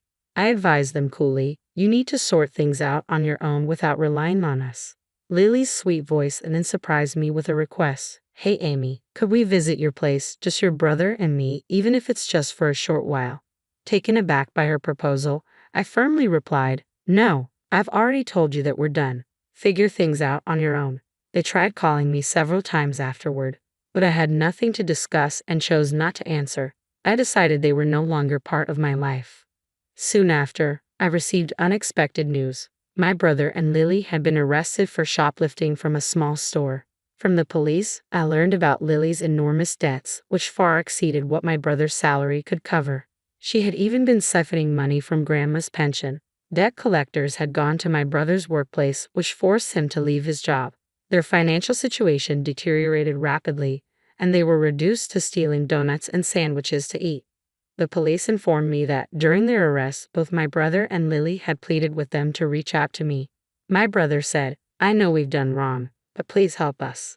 Lily tearfully begged, forgive our past mistakes and help us just this once. Despite their pleas, I couldn't easily forgive them. Their reckless spending and neglect of Grandma had led to serious consequences. I believe they were now facing the outcomes of their own decisions. Months have passed since then, but my feelings remain unchanged. Grandma is still lively and enjoys each day, which brings me comfort. I've taken time off work to spend quality moments with her, and I'm grateful that my company is supportive during times like these. Though Grandma occasionally feels unwell, we find joy in our walks through the garden and in our conversations about the flowers. These moments are precious to me. Grandma, your birthday is coming up. Is there anything special you'd like to eat? I asked with a smile. She replied, "I'd love a sandwich made by you." Although my cooking isn't exceptional, her kind request touched me deeply. I still have many places to show her, foods to taste together, and stories to share. I cherish every heartwarming moment with her and strive to make her smile as much as possible while she's feeling better.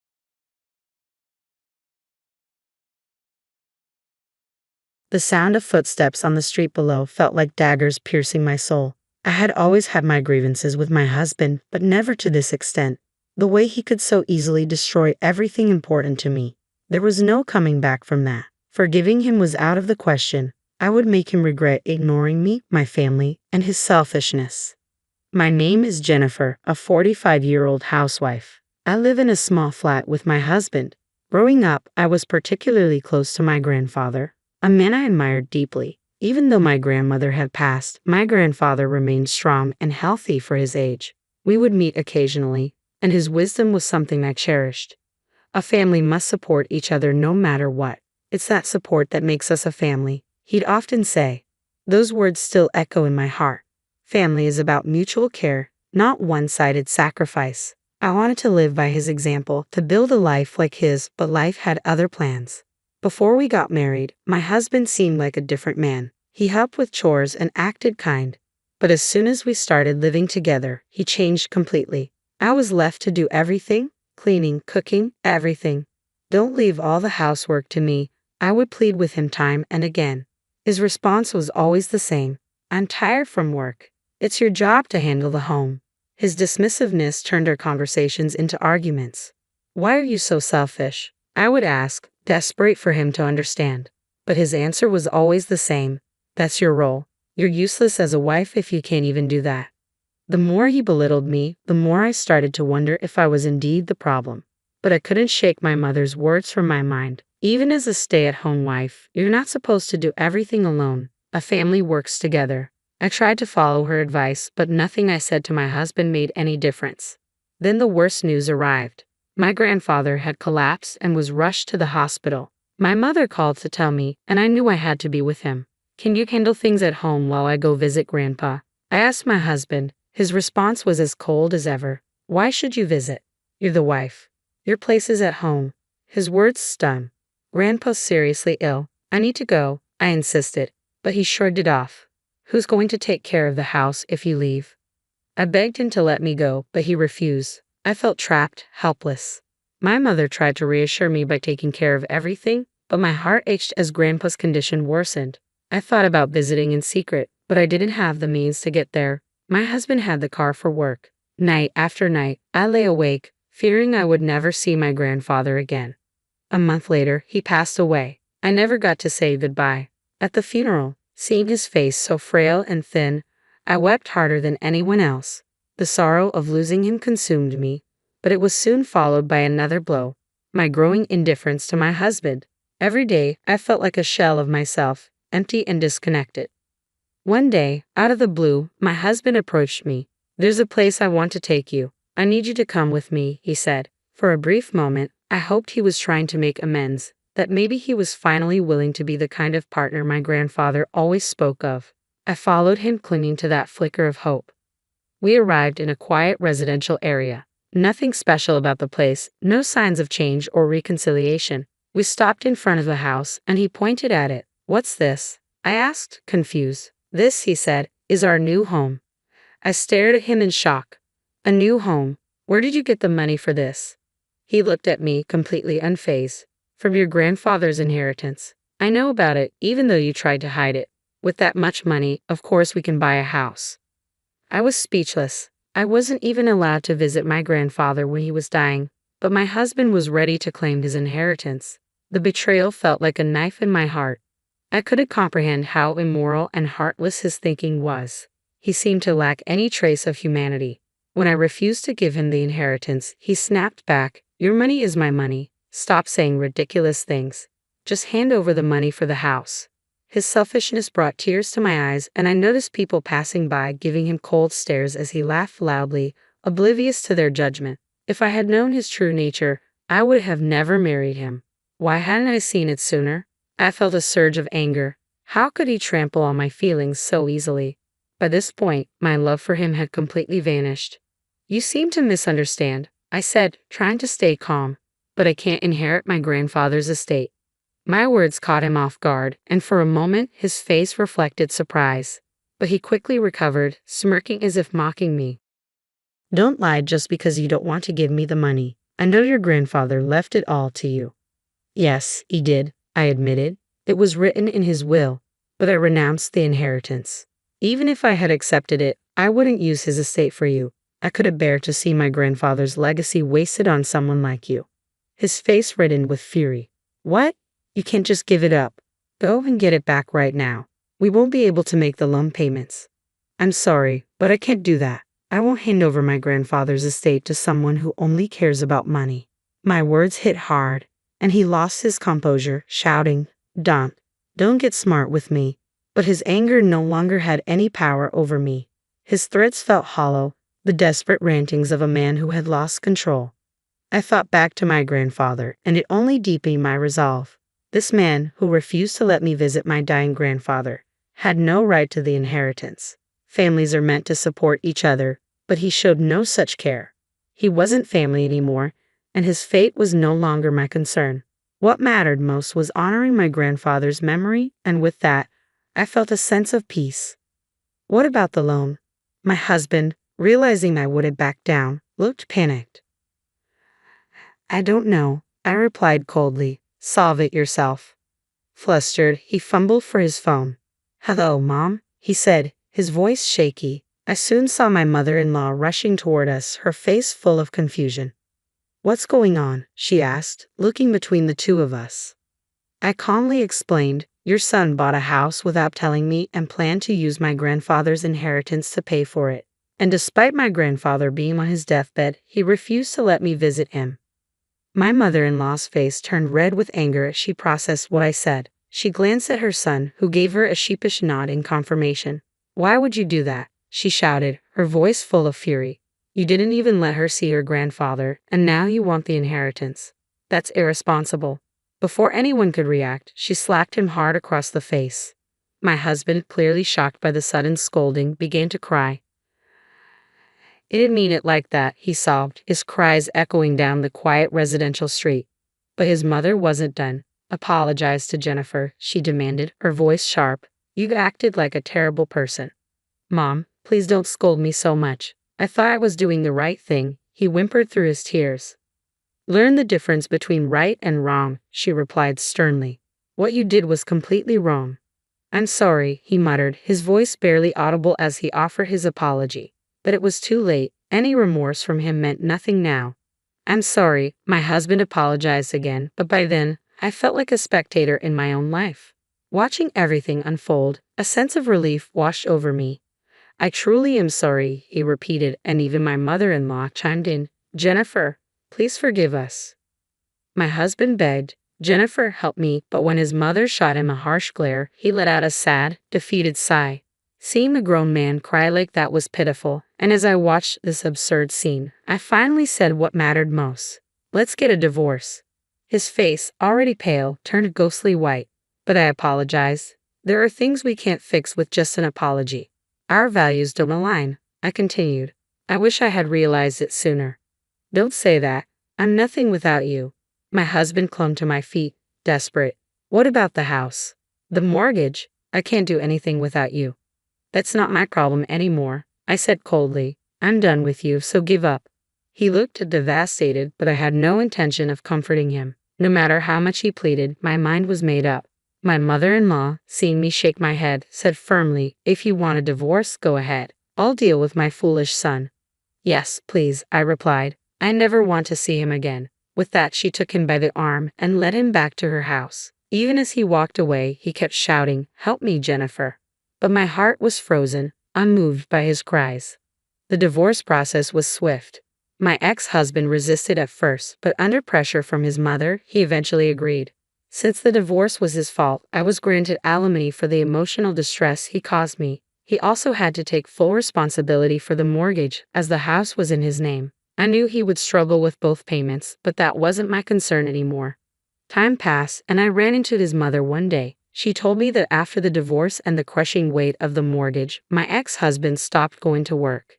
He missed so many days that his company eventually fired him. Now, he works part-time at a construction site, constantly scolded by his mother. She said he doesn't get along with his coworkers and complains daily about wanting to quit. But his mother won't allow it. As for me, I rebuilt my life. I found a new job that welcomed me despite my lack of recent experience. A kind mentor helped me learn the ropes, and I quickly adapted. Now, I'm even in charge of training new employees. My life now is far more fulfilling than during my marriage. I feel confident again, proud of who I've become. Soon, I plan to visit my grandfather's grave. I want to tell him everything that's happened, knowing he's watching over me with a smile from above. From now on, the four of us will live together, my son Ben says with a laugh as he walks in. Come on, let us in quickly and order something fancy for dinner, he jokes, making demands over the phone.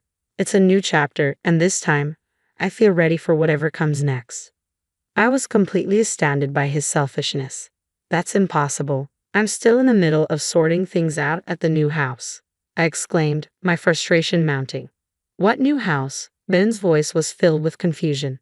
In the background, I could hear his wife, Kate, sounding furious. You can't always have things your way. My name is Nancy, a 56-year-old homemaker. I've been married to Ken for 30 years. We met at work and got engaged about a year after we started dating. I will always make you happy, so please marry me, he said sincerely, and those words meant the world to me. Even now, 30 years into our marriage, Ken still makes me happy. I'm truly glad to have married him. About a year after our wedding, I became pregnant. It was unexpected but a joyful surprise for both of us. We had always hoped for a child. We named our son Ben. He was an adorable baby, and we cherished him, raising him with all our love. As he grew older and started to speak, our days became even more joyful, filled with his laughter and innocent mischief. Time flew by, and soon Ben was ready to start elementary school. We hoped he would make many friends and excel in his studies. However, things didn't go as smoothly as we hoped. As soon as Ben started school, he began causing trouble. He was always lively and mischievous at home, but his behavior at school seemed out of control. He disrupted classes and made his classmates cry with his selfishness. Every time the school called, I found myself apologizing, and Ken and I would scold Ben, trying to make him understand why his actions were wrong. Unfortunately, he didn't see it that way and felt our scolding was unfair. Nothing seemed to change his behavior. Ben struggled with his studies, unable to concentrate, and his teachers often pointed out his poor grades. We worried about our parenting and tried everything from tutoring to private lessons, but his grades remained poor. In middle school, the issues continued. He frequently disrupted classes and once even injured another child, which led us to apologize to the child's family. Ben was clearly seen as a problematic student at school. Whenever I attended open house or parent-teacher conferences, I noticed that other parents avoided me, making it difficult to make friends. It was a tough time for our family. Despite these challenges, Ben managed to advance to high school. Ken and I hoped he would graduate successfully. We allowed Ben to take up a part-time job, but only on the condition that he continued to study diligently. He often spent his allowance too quickly, so we provided him with only a modest amount, hoping he would learn to manage his finances better. Earning his own money seemed to make him very happy, and he worked almost daily at his part-time job, earning a considerable sum for a high school student. Remarkably, he kept his promise and did not neglect his studies. He worked hard even in subjects he found challenging, and as a result, we no longer received any calls from his school about his behavior. Ken and I were amazed by this sudden change in Ben. However, despite his hard work, Ben spent all his earnings and had no savings. He bought numerous luxury items, and his wallets and bags were more expensive than mine, which shocked me. Eventually, Ben graduated from high school, an achievement that once seemed almost impossible. Moreover, he was offered a full-time position at the grocery store where he had worked part-time for 3 years. His securing a stable job was a great relief for us as his parents. When Ben got the job, he decided he wanted to move out to live independently and freely. Although I felt a pang of sadness at the thought of him leaving home, considering all the effort we had put into raising him, I also understood his desire to spread his wings and find his own path. I also recognized that Ben was now a grown man, and seeing him work hard was a good thing, or so I believed.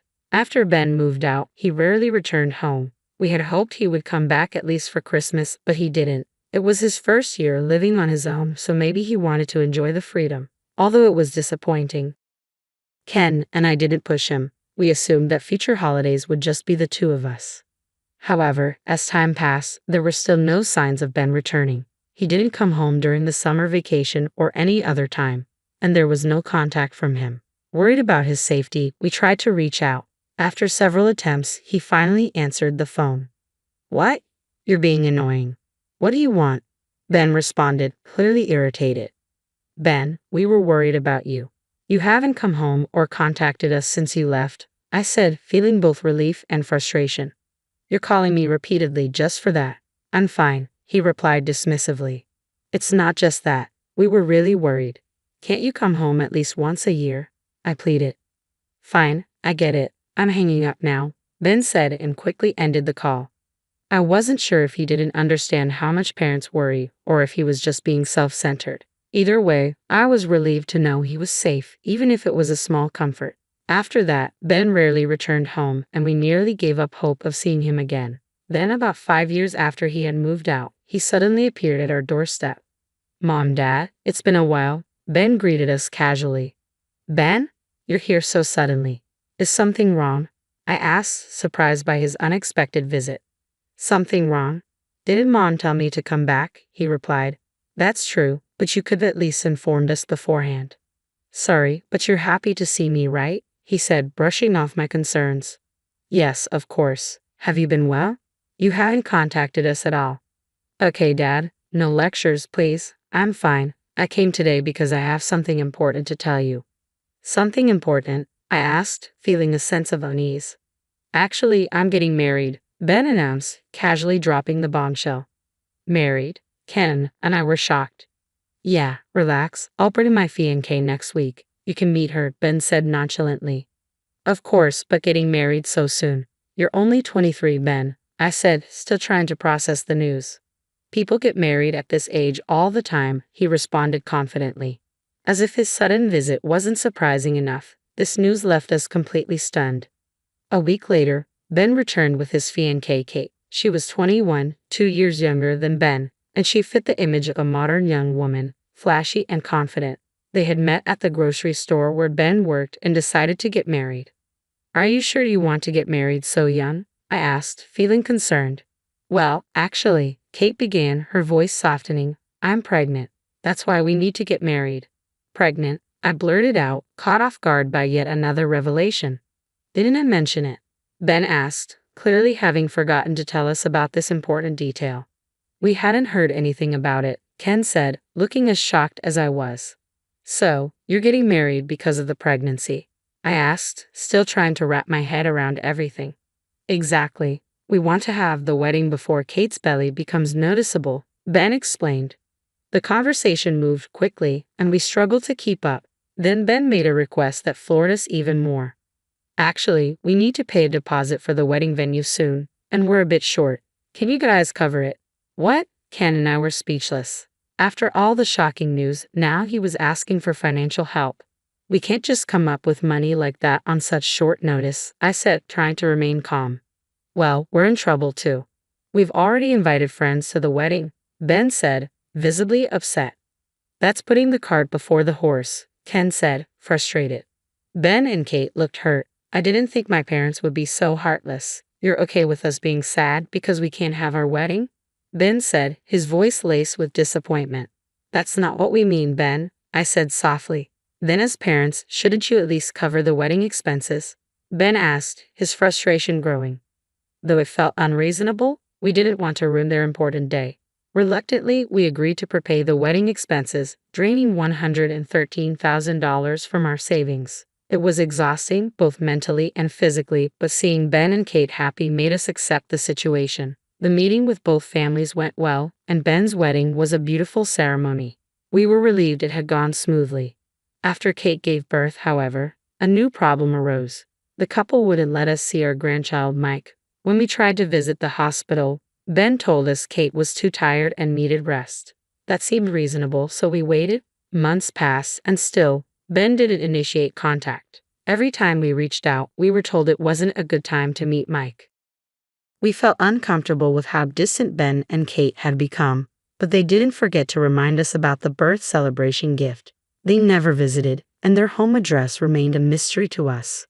It wasn't until a year later, during the Christmas holidays, that we finally met Mike.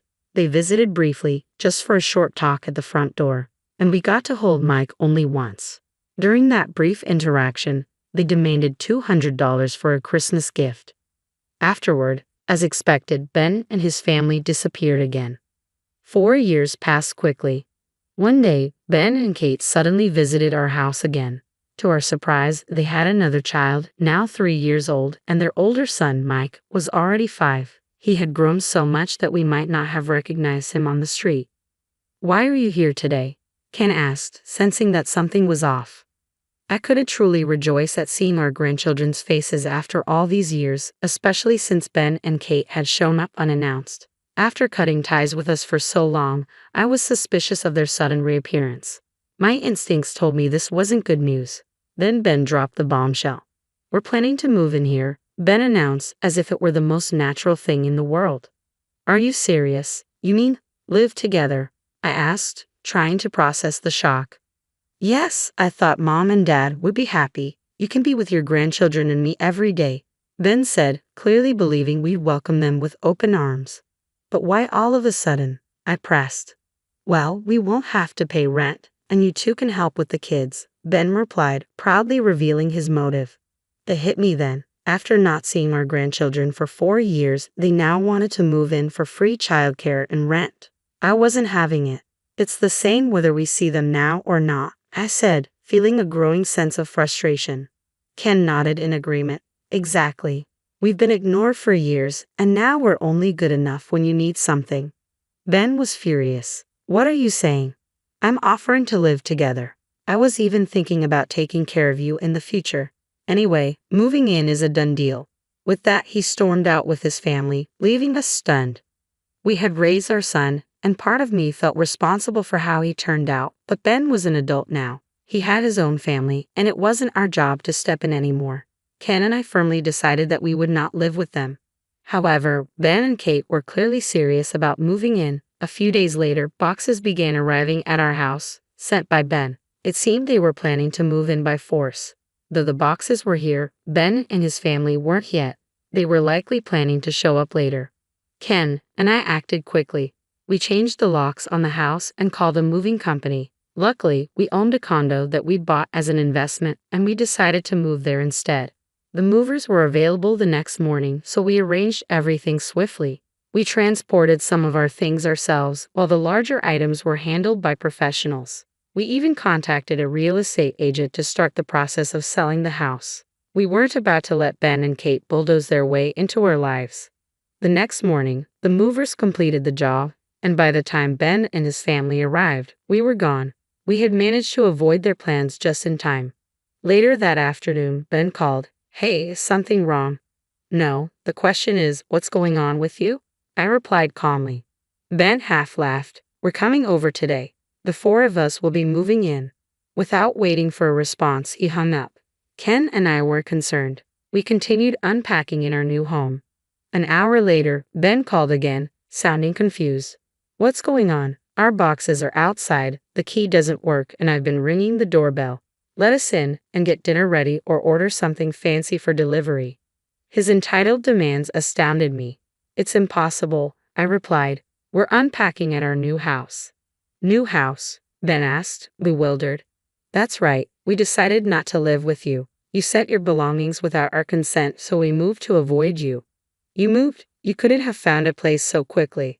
We already had another property. If we had told you, you would have insisted on living together. We had our own emergency plan." Ben fell silent for a moment. I could hear Kate shouting in the background. "That house is already sold, so it's pointless to try and live there," I added. Ben sounded utterly defeated. "You always get your way," he muttered before hanging up.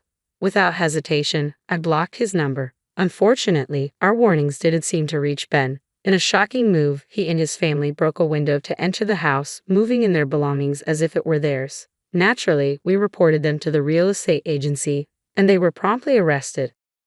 During the arrest, Ben resisted, shouting, "This is my childhood home. What's wrong with staying here?"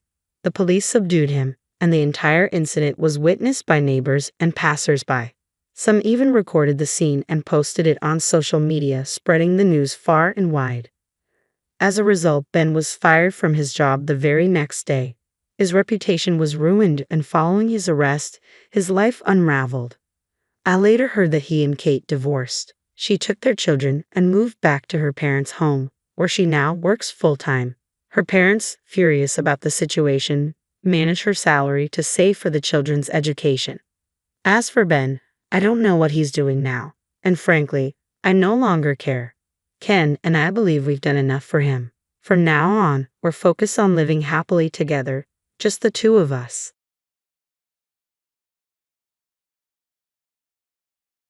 One night during our honeymoon, I suddenly woke up to overhear my husband engaged in a secretive and disturbing phone conversation.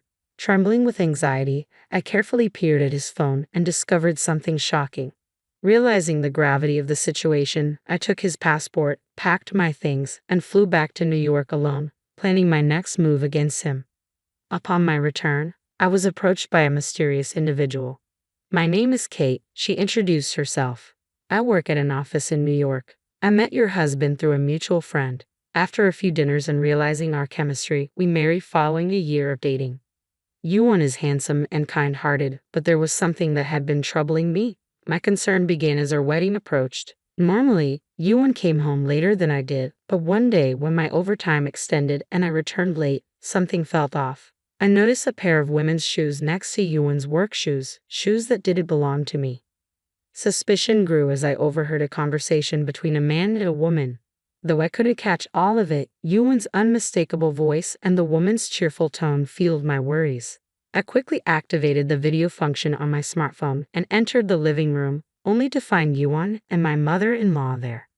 "Oh, you're back. Welcome home, Kate," Yuan said, his tone apologetic. I was relieved to see my suspicions about infidelity were unfounded, but then another surprise awaited me. The room was filled with stacked cardboard boxes. Confused, I asked, "What's with all these boxes? What's going on?" "We're packing for a move," Yuan explained. "Mom is helping." "Moving where?" I asked, my head spinning. "You didn't mention anything about moving." "Oh, I assumed that after getting married, moving into our house was the next step," Yuan's mother said nonchalantly. "I wasn't informed of any plans to live with your parents," I protested. "This sudden change disrupts my vision of our married life. I can't agree to such unilateral decisions." My mother-in-law's response was casual. "Isn't it normal to live together after marriage? If that's an issue, you might as well consider divorce."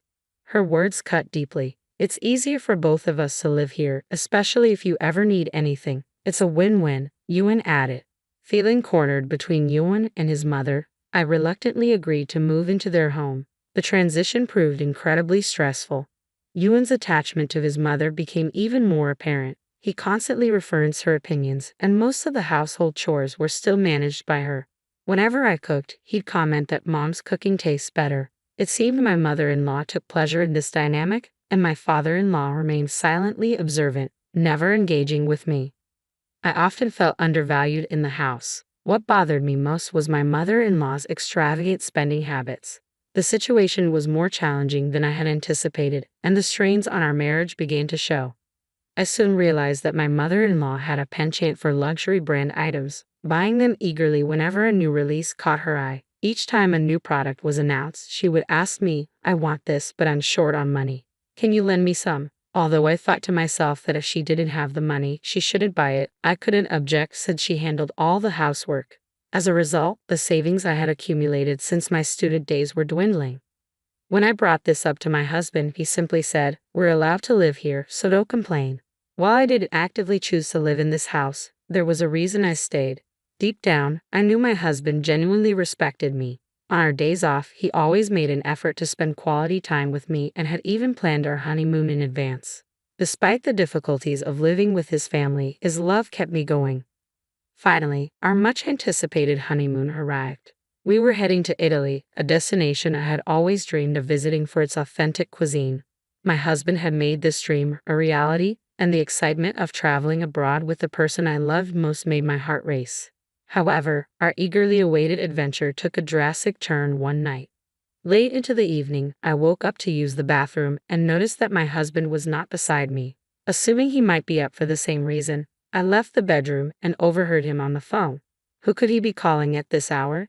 As I listened closely, a chilling statement reached my ears. By this time tomorrow, Kate will be long gone to the afterlife. Don't worry, Mom. I won't mess up.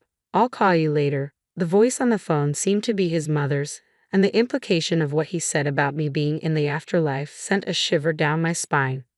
Fearful that he might notice me, I hurriedly pretended to be asleep.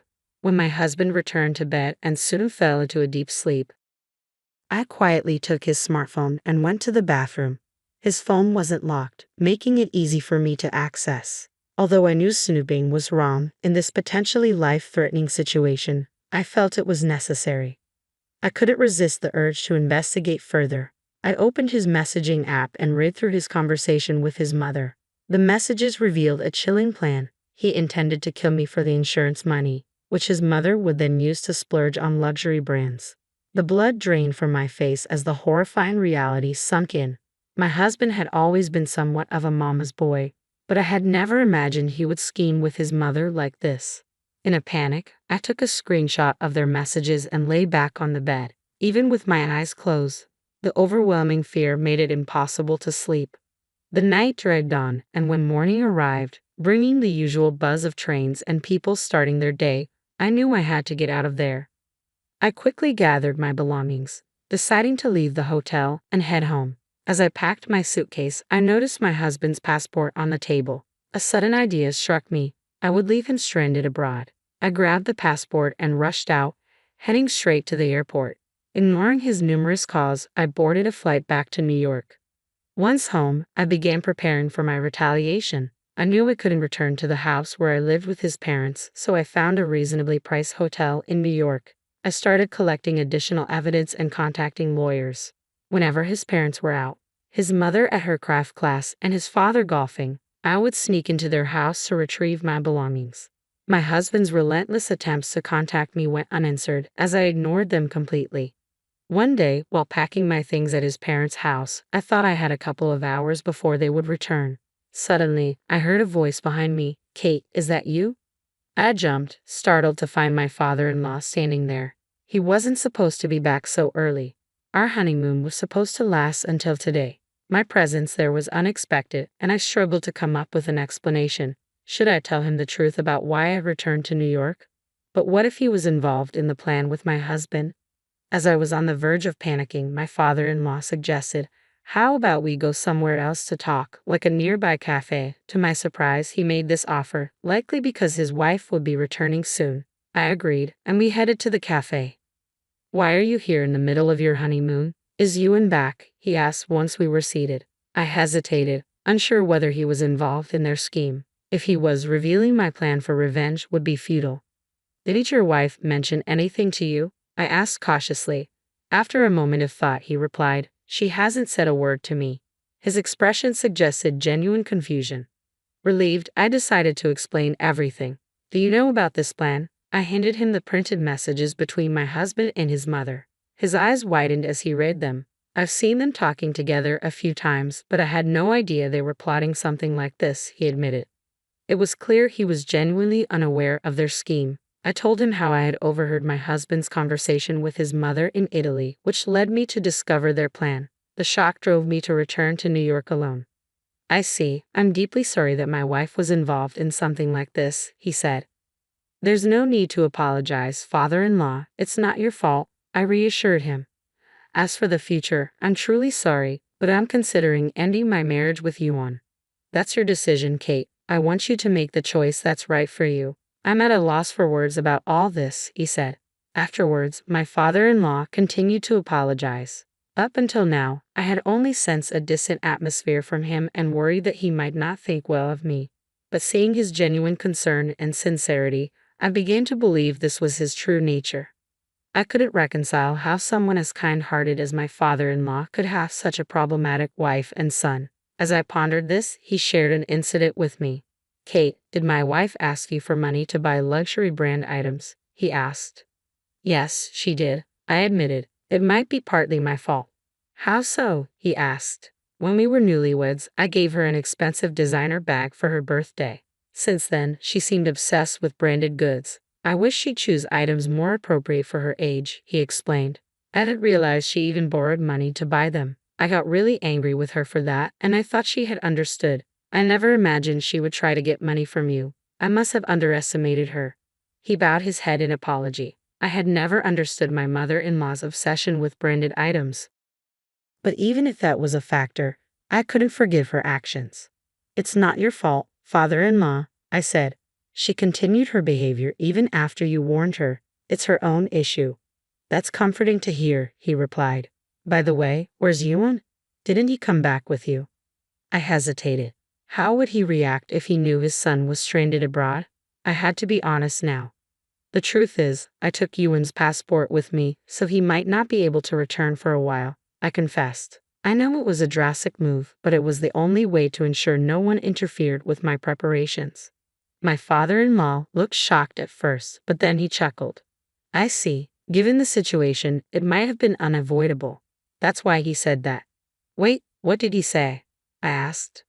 Well, I overheard my wife talking to Ewan on the phone on the day you returned to New York. Ewan seemed a bit flustered by your absence but mentioned that it might actually make our plan work. At that moment, I didn't understand, but now it makes sense, he said. If that's the case, I'll support you too. That would be very helpful, I said. As we chatted, catching up on everything that had happened so far, my smartphone rang unexpectedly. It was Ewan. He must have realized his passport was missing while preparing to return home and decided to call. I answered the call. Hello. Kate, finally, you picked up. Where are you? I've been worried sick because I couldn't reach you. I'm glad to hear you're okay, Ewan said, his voice filled with concern. I'm relieved you're okay too, I replied. I'm sorry.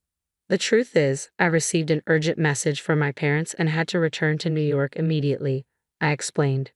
I was so rushed that I didn't have time to contact you. I see, Ewan said, but do you know where my passport is? Actually, because I had to leave in such a hurry, I accidentally took your passport with me, I admitted. What am I supposed to do now? Ewan asked, sounding frustrated. If it's alright with you, I think it would be faster for you to get your passport reissued there rather than waiting for me to send it, I suggested. Reissue it, Ewan said, exasperated. You know I can't take any more time off from work. I'll contact your workplace and explain the situation, I assured him. I'll also inform my in-laws. I'll handle it from here. Okay, I trust you. I'm truly sorry for the trouble. Please take care and come back safely, Ewan said. I ended the call and took a deep breath. My quick thinking had helped manage the situation. Thanks to my father-in-law's assistance, the process of moving our belongings and handling the divorce proceedings went smoothly. The day finally came for my husband to return. His passport had been reissued without issue, and he came home with my mother-in-law who had picked him up from the airport. I'm back, Ewan announced. I didn't expect such a mess at the end. Really, it's Kate's fault. She needs to be more careful. My mother-in-law, having heard the story from Ewan, grumbled in annoyance. Perhaps she was displeased because my early return had disrupted some of her plans. While I had my own grievances to address, I kept my focus on the upcoming situation, considering these matters trivial in comparison. When Ewan and my mother-in-law arrived, my father-in-law, with a stern look on his face, said, Sorry to bother you right after you got home, but come here. He then led them to the living room. Please have a seat, I said, motioning to my husband and mother-in-law. They looked slightly startled, but complied and sat down quietly. I fixed my gaze on them and began, You must be tired from the trip, but there's something important we need to discuss. Important? My husband asked, his confusion evident. What are you talking about? I'll get straight to the point, I said, my voice steady. Ewan, I want a divorce. What? A divorce? Ewan blinked rapidly, clearly taken aback. Kate, what are you talking about? You left our son in Italy, and now you want a divorce just as you're back? This is incomprehensible and thoughtless. Thoughtless? I retorted. Isn't that what you two are being? What did you say? My mother-in-law exclaimed, her eyes widening in shock. Do you really have no awareness? What is this supposed to mean? Can you please explain? I handed her a printout of a messaging app screen. This is a conversation between you and my husband. discussing your outrageous plans. What's this? Anyone could fake something like this, she scoffed. Plans and evidence don't mean anything if they're made up. If this alone isn't enough, I said, placing a voice recorder on the table. How about this? I pressed play, and the recorded conversation began. The recording clearly captured my husband and mother-in-law discussing how their plans were thwarted by my unexpected return to New York and their subsequent disappointment. I managed to record this thanks to my father-in-law, I explained. My mother-in-law is hard of hearing and always uses speaker mode, making her calls loud and clear. My father-in-law took the initiative to record their conversation. This should be hard to argue against, don't you think? Wait a minute, Ewan said, his voice tense. Kate, it's not like that. Please just wait. I just acted out of necessity for my mother, Ewan said, his voice earnest. I never really wanted any of this. But she said she needed money for luxury items, and I couldn't bear to see her sad. Now I realize I don't want a divorce. Let's leave this house and start a new life together, just the two of us. How about that? I sighed deeply, struggling to keep my frustration in check. What kind of thought process leads to such optimism? I asked. You should really stop calling her mom all the time. It doesn't sit well with me. I appreciate your care for your mother, but plotting to get rid of your wife for insurance money to buy her gifts is beyond comprehension. Living with someone like that? No way. Just the thought gives me a headache. Ewan seemed unprepared for my response and was at a loss for words. I'm going to divorce you no matter what, I continued firmly. I'll be demanding the division of property from both of you and also asking for reimbursement for the luxury items I bought for your mother in the past. But if you do that, I won't be able to buy any more bags or watches, my mother-in-law interjected, still fixated on her luxury goods. Her obsession left me speechless. Enough was enough. Suddenly, my father-in-law shouted, all you think about is yourself. Have you ever considered how much pain Kate has been through? Are the luxury items you crave so desperately worth someone else's suffering?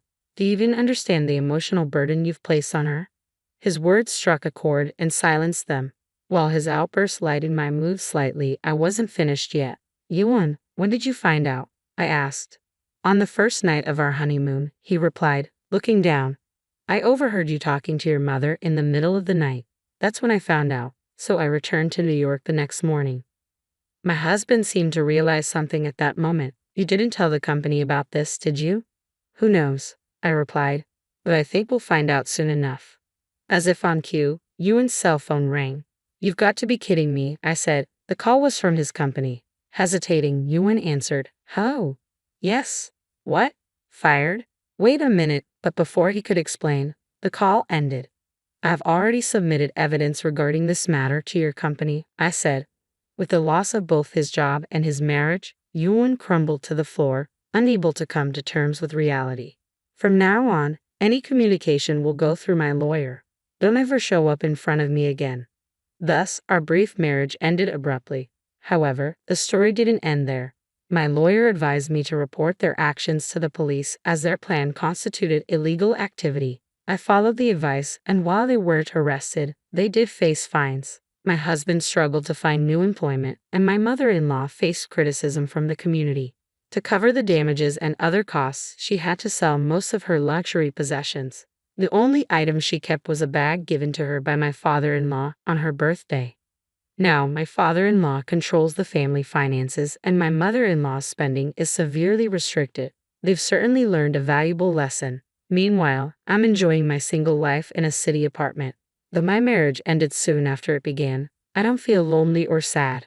On the contrary, I feel refreshed and liberated from that household. If I ever decide to marry again, I'm done with living with in-laws. Living alone has its challenges, but the freedom to live without catering to others is truly liberating. Now that I'm free from my mother-in-law's financial demands, both mentally and financially, I've started saving again. My hope is to share happy times with someone special in the future. That's my wish.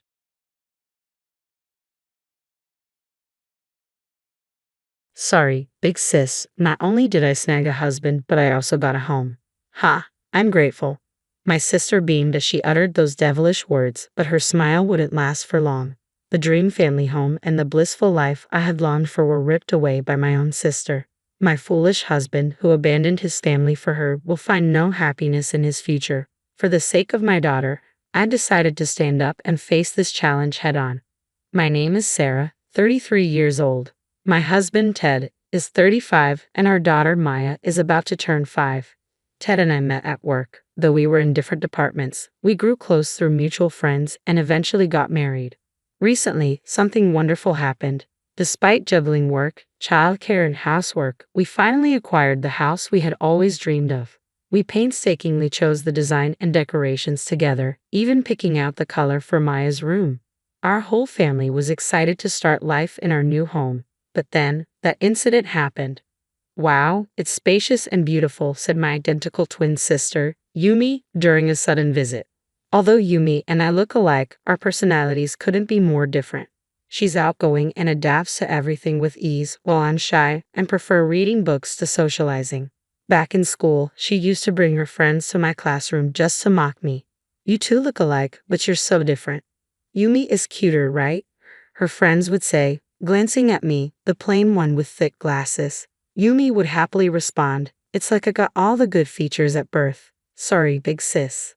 It's a past I'd rather forget. That's why we hardly spoke after becoming adults. I hadn't even told her about the new house, yet here she was, unexpectedly excited. "I heard from Mom that you built a house, so I wanted to give you a housewarming gift. That's why I asked for your address," she said. "What housewarming gift?" I thought, bewildered. As if reading my mind, Yui answered with a laugh, "Oh, of course, that's a lie. Why would I bother giving you something like that?" At home or school, she would call me sister, but when we were alone, she always referred to me as you. Her meanness was unchanged, making me sigh. "Well then, since the tour is over, could you leave? My husband and daughter will be back soon, and I need to prepare lunch." Today was a holiday, and my husband and daughter were due back from playing in the nearby park. We planned to have lunch together as a family. "Oh, then I'll wait. I'll have lunch with you and then leave," Yumi said. Lunch together? Impossible. Absolutely impossible, I thought. I only prepared enough for the three of us. "Give me your share then. You are the big sister, after all," she said shamelessly. Even after turning 30, she still referred to herself as the little sister, making vulgar remarks that left me speechless. After all, I was only born a few minutes earlier than her. "I'm home," Maya's voice echoed as she opened the living room door. My daughter, accompanied by my husband, walked in and was surprised to see her aunt. "She looks just like Mom," Maya said, not knowing her aunt was my twin. My sister greeted them with a friendly smile and a warm hello. "I'm Yumi, the twin sister." "Nice to meet you, Ted." "Sorry to intrude," Yumi added. Ted, having heard about my sister, was surprised to see her there but seemed pleased. Yumi, with her long eyelashes, distinct colored eyes, and perfect makeup, looked younger than her actual age. Her hair was curled, and she dressed to accentuate her figure. Meanwhile, I had spent the weekend in pajamas, my hair casually tied up and messy, with a tired face, no makeup, and thick glasses. It was clear that my sister appeared more beautiful and charming.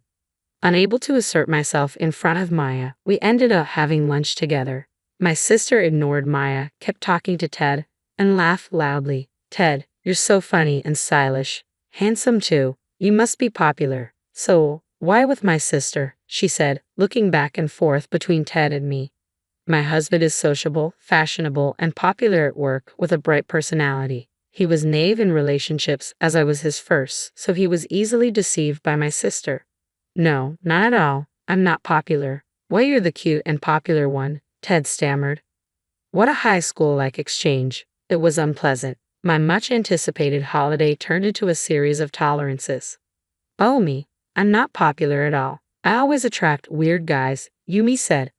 "I recently broke up with my boyfriend, who I had been living with. He was short-tempered, and we fought a lot. I'm thinking of moving out since it's too big for just me and the rent is high." She glanced at me with a sly grin.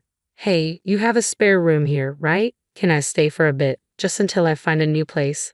"No way." I was astounded by her audacity. "What are you saying?" "Of course, that's out of the question. Don't just come here and make unreasonable demands." I couldn't hold back any longer. "We can't just let this spiral out of control," I interjected, my voice tinged with desperation. "We should help in difficult times, but this isn't right." She showed up out of nowhere, met my family for the first time, and now expects to stay over? Absolutely not. Once dinner is over, she needs to go home immediately. My anger simmered as I pushed away from the table and left the room. Yumi, unfazed, smiled and said, "Well, we can get to know each other better from now on. After a few visits, we'll become friends. I'll come by again." I could barely believe my ears. The thought of her returning felt like a cruel joke. Once she finally left, I turned to Ted, my frustration boiling over. "Why did you say she could stay? I've told you before she doesn't understand boundaries. If we're kind to her, she'll take advantage and never leave. She won't help with anything and will expect to stay here for free." Ted shrugged. "She didn't seem that bad. She's bright and energetic, maybe even nice." His words felt like a betrayal, and his enchanted demeanor only fueled my anger. Nice? How can someone who asks to stay in our home the first time they meet be a nice person? If she shows up when I'm not here, do not let her in, I demanded, my voice firm. Ted nodded, but his expression was dismissive. Okay, calm down. It's scary how jealous women can be, even sisters." He said this as if I were overreacting, and I could hardly believe it. "Jealous? What are you talking about? She's been bullying me since we were kids. It's not complex, it's the truth. She always took my things, my toys, my clothes, everything. I've always been at her mercy." But instead of sympathy, Ted just gave me a bored and turned away. Disappointment washed over me. I never expected him to defend her over me. He lay down on the bed, indifferent, and I sighed, feeling the weight of his indifference. As the days passed, I buried myself in work, catching up on everything I'd missed during the move. My parents and Ted helped with Maya's daycare, which was a relief, but I still felt guilty for not being there as much as I wanted. I tried to make up for it on my days off, but Ted always seemed to have errands to run, leaving little time for the three of us to be together. One night, I came home exhausted from overtime and was greeted by an unwelcome voice. "Welcome back, big sister," Yumi said, her voice dripping with mockery. She was sitting in my living room, boldly drinking despite the promise not to let her in. It was 9:00 p.m., and my daughter was already asleep. The sight of Yumi, red-faced and clearly drunk, sent a wave of irritation through me. The table was a mess of beer, wine, and snacks. "Why are you here?" I demanded. "I told you I'd come back, didn't I? Besides, is it really okay to leave your husband and child alone until this late?" Yumi replied, feigning concern. Ted chimed in. "Her ex-boyfriend has been showing up at her place. Yumi's scared to go home." "Then why not go back to our parents' house?" I asked, my patience wearing thin. "No way. They'll just lecture me about getting a job and straightening out my life. I like it here, and Ted is here," Yumi said, gazing at my husband with a look that made my skin crawl. Ted, tipsy and oblivious, seemed pleased by her attention. "Fine. If you're going to sleep in the living room, at least clean up afterward. I'm going to take a bath and go to bed," I said, too exhausted to fight anymore. As I checked on Maya, who was sleeping peacefully, the sounds of laughter from the living room only deepened my irritation. I couldn't believe how foolish and distasteful it was to see my sister cozying up to my husband and him enjoying the attention in front of his own wife. I ran into one of Ted's colleagues in the bathroom. "Is Ted okay?" they asked. He mentioned he was taking a sick day this morning. Confused, I returned to the house. The living room was a mess, crumpled blankets and empty cups scattered around. And Yumi was sprawled on the sofa, sound asleep. Ted hadn't emerged from his room, which I assumed meant he was hungover from drinking too much. I took Maya to daycare and headed to work, feeling uneasy. At work, I made an excuse for my sudden day off. "Thanks for your concern. Sorry for taking the day off so abruptly," I said. The colleague responded, "It's okay, but it's odd. Ted's been taking a lot of days off lately and making more mistakes." That unsettling feeling from the previous night lingered. I decided to leave work early to check on things at home. As I approached, I steeled myself for what I might find. Quietly opening the front door, I walked into the living room and, just as I feared, found Ted and Yumi sitting closely on the sofa. Ted had his arms wrapped around her while they watched TV. Fury bubbled inside me. I flung open the door. "Sarah," Ted exclaimed, rising in surprise. Yumi, on the other hand, sat there with a smirk, clearly pleased with the scene. "Why are you here?" she asked, feigning innocence. "I heard you were sick, so I came back, worried. I'd also heard you've been taking a lot of days off lately. Are you having an affair with my sister while I've been working hard and covering for you? All those weekends you said you had plans. Was it to meet her?" Ted, looking panicked, raised his voice in defense. Do you have any proof of us meeting? I hate your logical and critical attitude. Proof, I shot back. I saw you hugging each other just now. That's what I can't stand about you, always looking down on me. From now on, you and Yumi can live here together, and I want you to leave. Ted's face twisted in frustration. You're always busy, never paying attention to me. You don't even bother with makeup anymore, and you don't see me as a man. Yumi recognizes me as a man. She listens to me and compliments me. Yumi, leaning on Ted's arm, added with a smirk, it's because you don't appreciate your husband. He built such a beautiful house for you and treats you kindly, yet you're always preoccupied with work or the kids. Their words stung. It seemed that ever since Yumi arrived, Ted had been taking more time off and becoming more involved with her, neglecting his family in the process. I was sickened by their disregard for our home and children. But I'm glad you came back early, Yumi said, her tone dripping with false sweetness. I had planned to have a serious talk tonight. My lease was nearly up and I intended to move my things over tomorrow. But my self-centered sister had other plans. Sorry, sis, she said with a carefree smile. Looks like I'll be taking your husband and your house. Her lack of remorse was infuriating. Ted continued with his excuses. I wanted Maya to live with us too. But Yumi is scared of suddenly becoming a mother, so you'll have to look after her for a while. His priorities were clear. He valued his own happiness over mine and our daughters. I understand, I replied, my voice cold as I headed upstairs, craving solitude. My sister's laughter echoed behind me, further fueling my anger. But hearing my daughter's name sharpened my focus. I needed to fight for her. Taking a deep breath, I composed myself and reached out to someone on my phone. It was time to show that I was no longer the person I used to be. 30 minutes later, the intercom buzzed. Mom, Dad, why are you here? I was taken aback to see my stern-faced parents at the front door. Ted and Yumi looked shocked as they stood in front of them. My sister, furious, confronted me. Did you tell Mom and Dad? How childish to run to them as an adult. Be quiet, I snapped back, trying to maintain my composure. What are you two doing? My father asked, his usually calm demeanor replaced with a formidable anger. We're discussing a divorce, my sister retorted. This has nothing to do with you. Nothing to do with us? My father said, his voice rising. Our granddaughter's husband is having an affair with her own sister. We're absolutely involved. What are you going to do about this, Ted? My father demanded. Ted fumbled for words. Well? Ted, I'm disappointed in you, my father said sharply. I thought you were a reliable man who would protect Sarah, but here you are, engaged in such foolishness.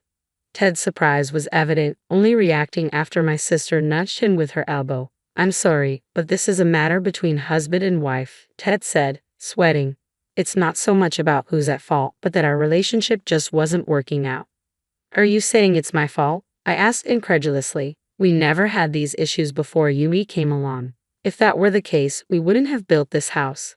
That's your opinion, Ted retorted. You got promoted, pretended to be busy, neglected housework and childcare, and didn't even bother with makeup. You didn't respect me as your husband. Aren't you ashamed?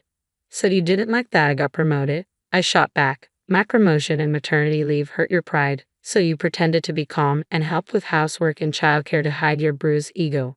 You're petty. Respecting a husband doesn't mean you have to hold back your own success. You've seen what Sarah is like, Ted said. She's hardworking and doesn't wear makeup. My mother tried to intervene. I hardly wore makeup even before marriage. Where is the Ted who used to love and adore me? No, Ted said firmly. Parents have no right to interfere in a couple's affairs. Please go home and take Sarah with you. My sister coldly handed me the divorce papers. Ted has already prepared the divorce papers. Just respond to them as soon as possible. I'll send the rest of your stuff later. How could you, Yumi? My mother asked, trying to stop her. Please, let us be. My sister said, pushing us out of the house. We're getting divorced, aren't we? I turned to Ted. Is this really happening? He nodded, as if it were the most obvious thing in the world. Yes, he said. You're so clueless, I said, feeling the weight of the situation. I'm keeping the house since it's in my name, I said firmly. I'll pay child support, but let's finalize the divorce. However, there's one more thing. If we're getting divorced and I'm leaving, you'll need to repay the $400,000 my parents loaned us for the house. I held up the loan agreement. watching their faces turn pale. When we bought the house, we had paid $100,000 from our savings, with my parents covering the remaining $400,000. The loan agreement was already in place, and it was a better deal than a traditional loan. My parents had suggested this arrangement, and we had both been grateful. But since I'll be staying in the house, it's only fair that you repay it. What are you talking about? Ted stammered. We discussed this, and my parents said it wasn't necessary to repay it. We're family. Family or not, we signed a loan agreement, I replied, my voice steady. It's unthinkable not to repay it. Our parents' money is important for their future. Just because we're family doesn't mean you can borrow money and not pay it back. Was your gratitude a lie? This is unacceptable to our parents who trusted you. Ted tried to argue. My father said not to worry about it. If we have more children, it would be hard to repay, so I thought it might be considered a gift. That's not how it works, my father said, his anger palpable. Even if that's true, I have no intention of giving a single penny to someone who has an affair with his wife's sister and abandons his own daughter and grandchild. Pay it back properly. Yumi, who had been listening silently, finally spoke up. I'm also a daughter. It shouldn't be a problem if I stay here. I'm not working right now, and I don't have the money. Be quiet, my father cut her off. You're no longer a daughter to me. You've always bullied Sarah, and now, as an adult, you're doing this. I'm cutting ties with you. They'll never show up again. My parents had long been aware of my sister's attitude, but her behavior had not changed one bit. Even as an adult, she still acted like a spoiled child. Since Yumi wasn't working and would struggle on her own, I decided to press for additional compensation. Since you're the reason for the divorce, you should pay me alimony for the mental distress. I'll have my lawyer contact you. Ted was left speechless, staring in shock. I grabbed my suitcases and walked out, my mother's tears stinging my eyes. Sarah, I'm so sorry for all this, she said, hugging me tightly. I never thought Yumi would go this far. I shouldn't have told her where you live. Mom, it's not your fault. Her nature can't be changed, I reassured her. It's refreshing to cut ties with her. I've also realized that Ted is just as self-centered as she is. I have no regrets now. I'm sorry for involving you, I said. Thank you for coming. I'll find a lawyer and make sure to recover the money. But for now, don't worry about the money. You and Maya come first. You must be exhausted today.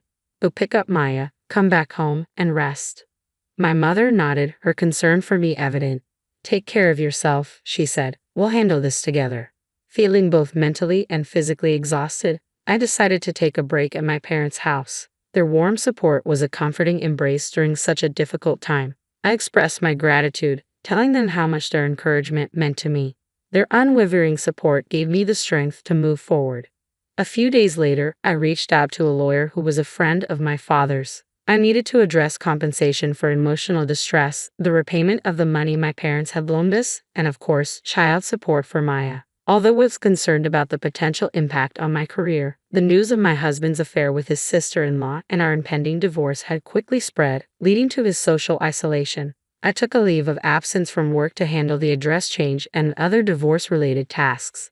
Thankfully, since I had kept my maiden name at work, there was no need for a name change after the divorce, which was a relief. My husband called me once, accusing me of turning everyone against him. Did you talk to my boss? You must have painted me as the bad guy, he said. Well, I heard your boss's wife cheated on him, and now they're divorced. Maybe that's why your boss has been so tough on you. Do you finally understand how unreasonable you are and the trouble you cause others? After saying my piece, I hung up the phone. Later, I learned that my husband had quit his job. I was relieved not to have to see him anymore. With no job and having used our savings to buy a house, he and my sister were forced to sell the property. Fortunately, they found a buyer quickly and repaid the money they owed my parents sooner than expected. However, they still face alimony and child support payments. Finding a new job proved challenging for him at his age, and he and my sister ended up living with his parents. Yet she remained unchanged, still refusing to help with housework or seek employment, only indulging in her own desires. His parents, exhausted by the situation, eventually asked him to leave. After the divorce, my ex-in-laws came to apologize. I couldn't help but feel a sense of irony and satisfaction when they finally moved out.